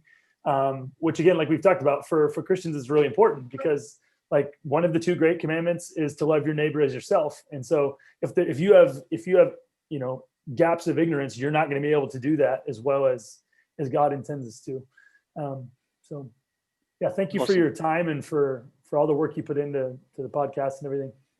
Absolutely. Yeah, dude, we got to do this again. And I have a feeling we could go like 6-7 hours if we wanted to. I do too. Yeah. It's like, oh my God, that's longer than the Rogan podcast. What the hell? Man, do you know what? This is my intent with these conversations. I'm actually, when you mentioned like we didn't talk much about Bitcoin. So as much as I think, that's really central for me is like these conversations, I want to have these because there is like, Bitcoin kind of touches on so many things for me. Like it's been one of the things that kind of has caught my attention in life. And like, because I kind of consider myself relatively intelligent. I was always sharp and I was always like, different things caught my attention, but I've never had something suck me on so many levels. Like I've so many interests in life and and I've read so many different, like varied things, like, and be it theology, be it, philosophy, be it psychology, be it anthropology, be it like all sorts of things, the sciences, the maths, and it just, man, Bitcoin just sort of grabs me in every capacity. So as much as this is a Bitcoin podcast, like one of the things that I've tried to do with this is look at topics like this. I really, appreciate and honor you both for coming on and, having this discussion, because this is the kind of stuff, like, it's not just another, Raoul Pal, oh, Bitcoin's going to be 250,000. Who cares, man? Like, we all know that, but like, let's talk about something more interesting. Well, I appreciate that you're attempting to elevate your audience instead of catering to their sugary drink needs or something like that, which is basically what all those other people are doing. That is, man. But the one thing that I want to verbalize that you just described is the way I describe it is truth leads to truth. Little t leads to big T. And I think what you're talking about is the effect of Bitcoin being a little t truth leading to a big T truth. And that big T truth that you're searching for is meaning. And that's something that a lot of people, I think, in this space experience, and I've seen it all over the world. Every time I go to a conference, this conversation comes up constantly. And the reason why I have this ready for you is because I've entered into these conversations so often, that I know what it is when I see it, which is that once you start tasting truth, it's so delicious that you can't eat anything else. That's very nicely put. Very nicely put. In fact, that reminds me when I was talking to Gigi and Breedlove, we as we're sort of doing our thing, we like this term hit me right in the middle of the conversation. I was like, guys, enlightenment through Bitcoin. Yes. So I think that's a thing. That's a thing. So anyway, I'll close this up with one final shill. So I will try and post this by the end of the week. So when people are listening to this, they should also obviously pick up. When's the book on for sale? It's already out on Amazon. Just search for Thank God for Bitcoin. Perfect. So that, and then for my own plug is obviously, follow this podcast. I think there's a lot of good conversations here, and there's going to be incredible guests. But the Bitcoin Times, which Jimmy's a contributor to, Giacomo Zucco as well, Jeff Booth, Parker Lewis, and Eric Casson, and myself, we've put together it's going to be a tour de force of it's 100 pages. It's brilliant, and some really, really strong articles in there.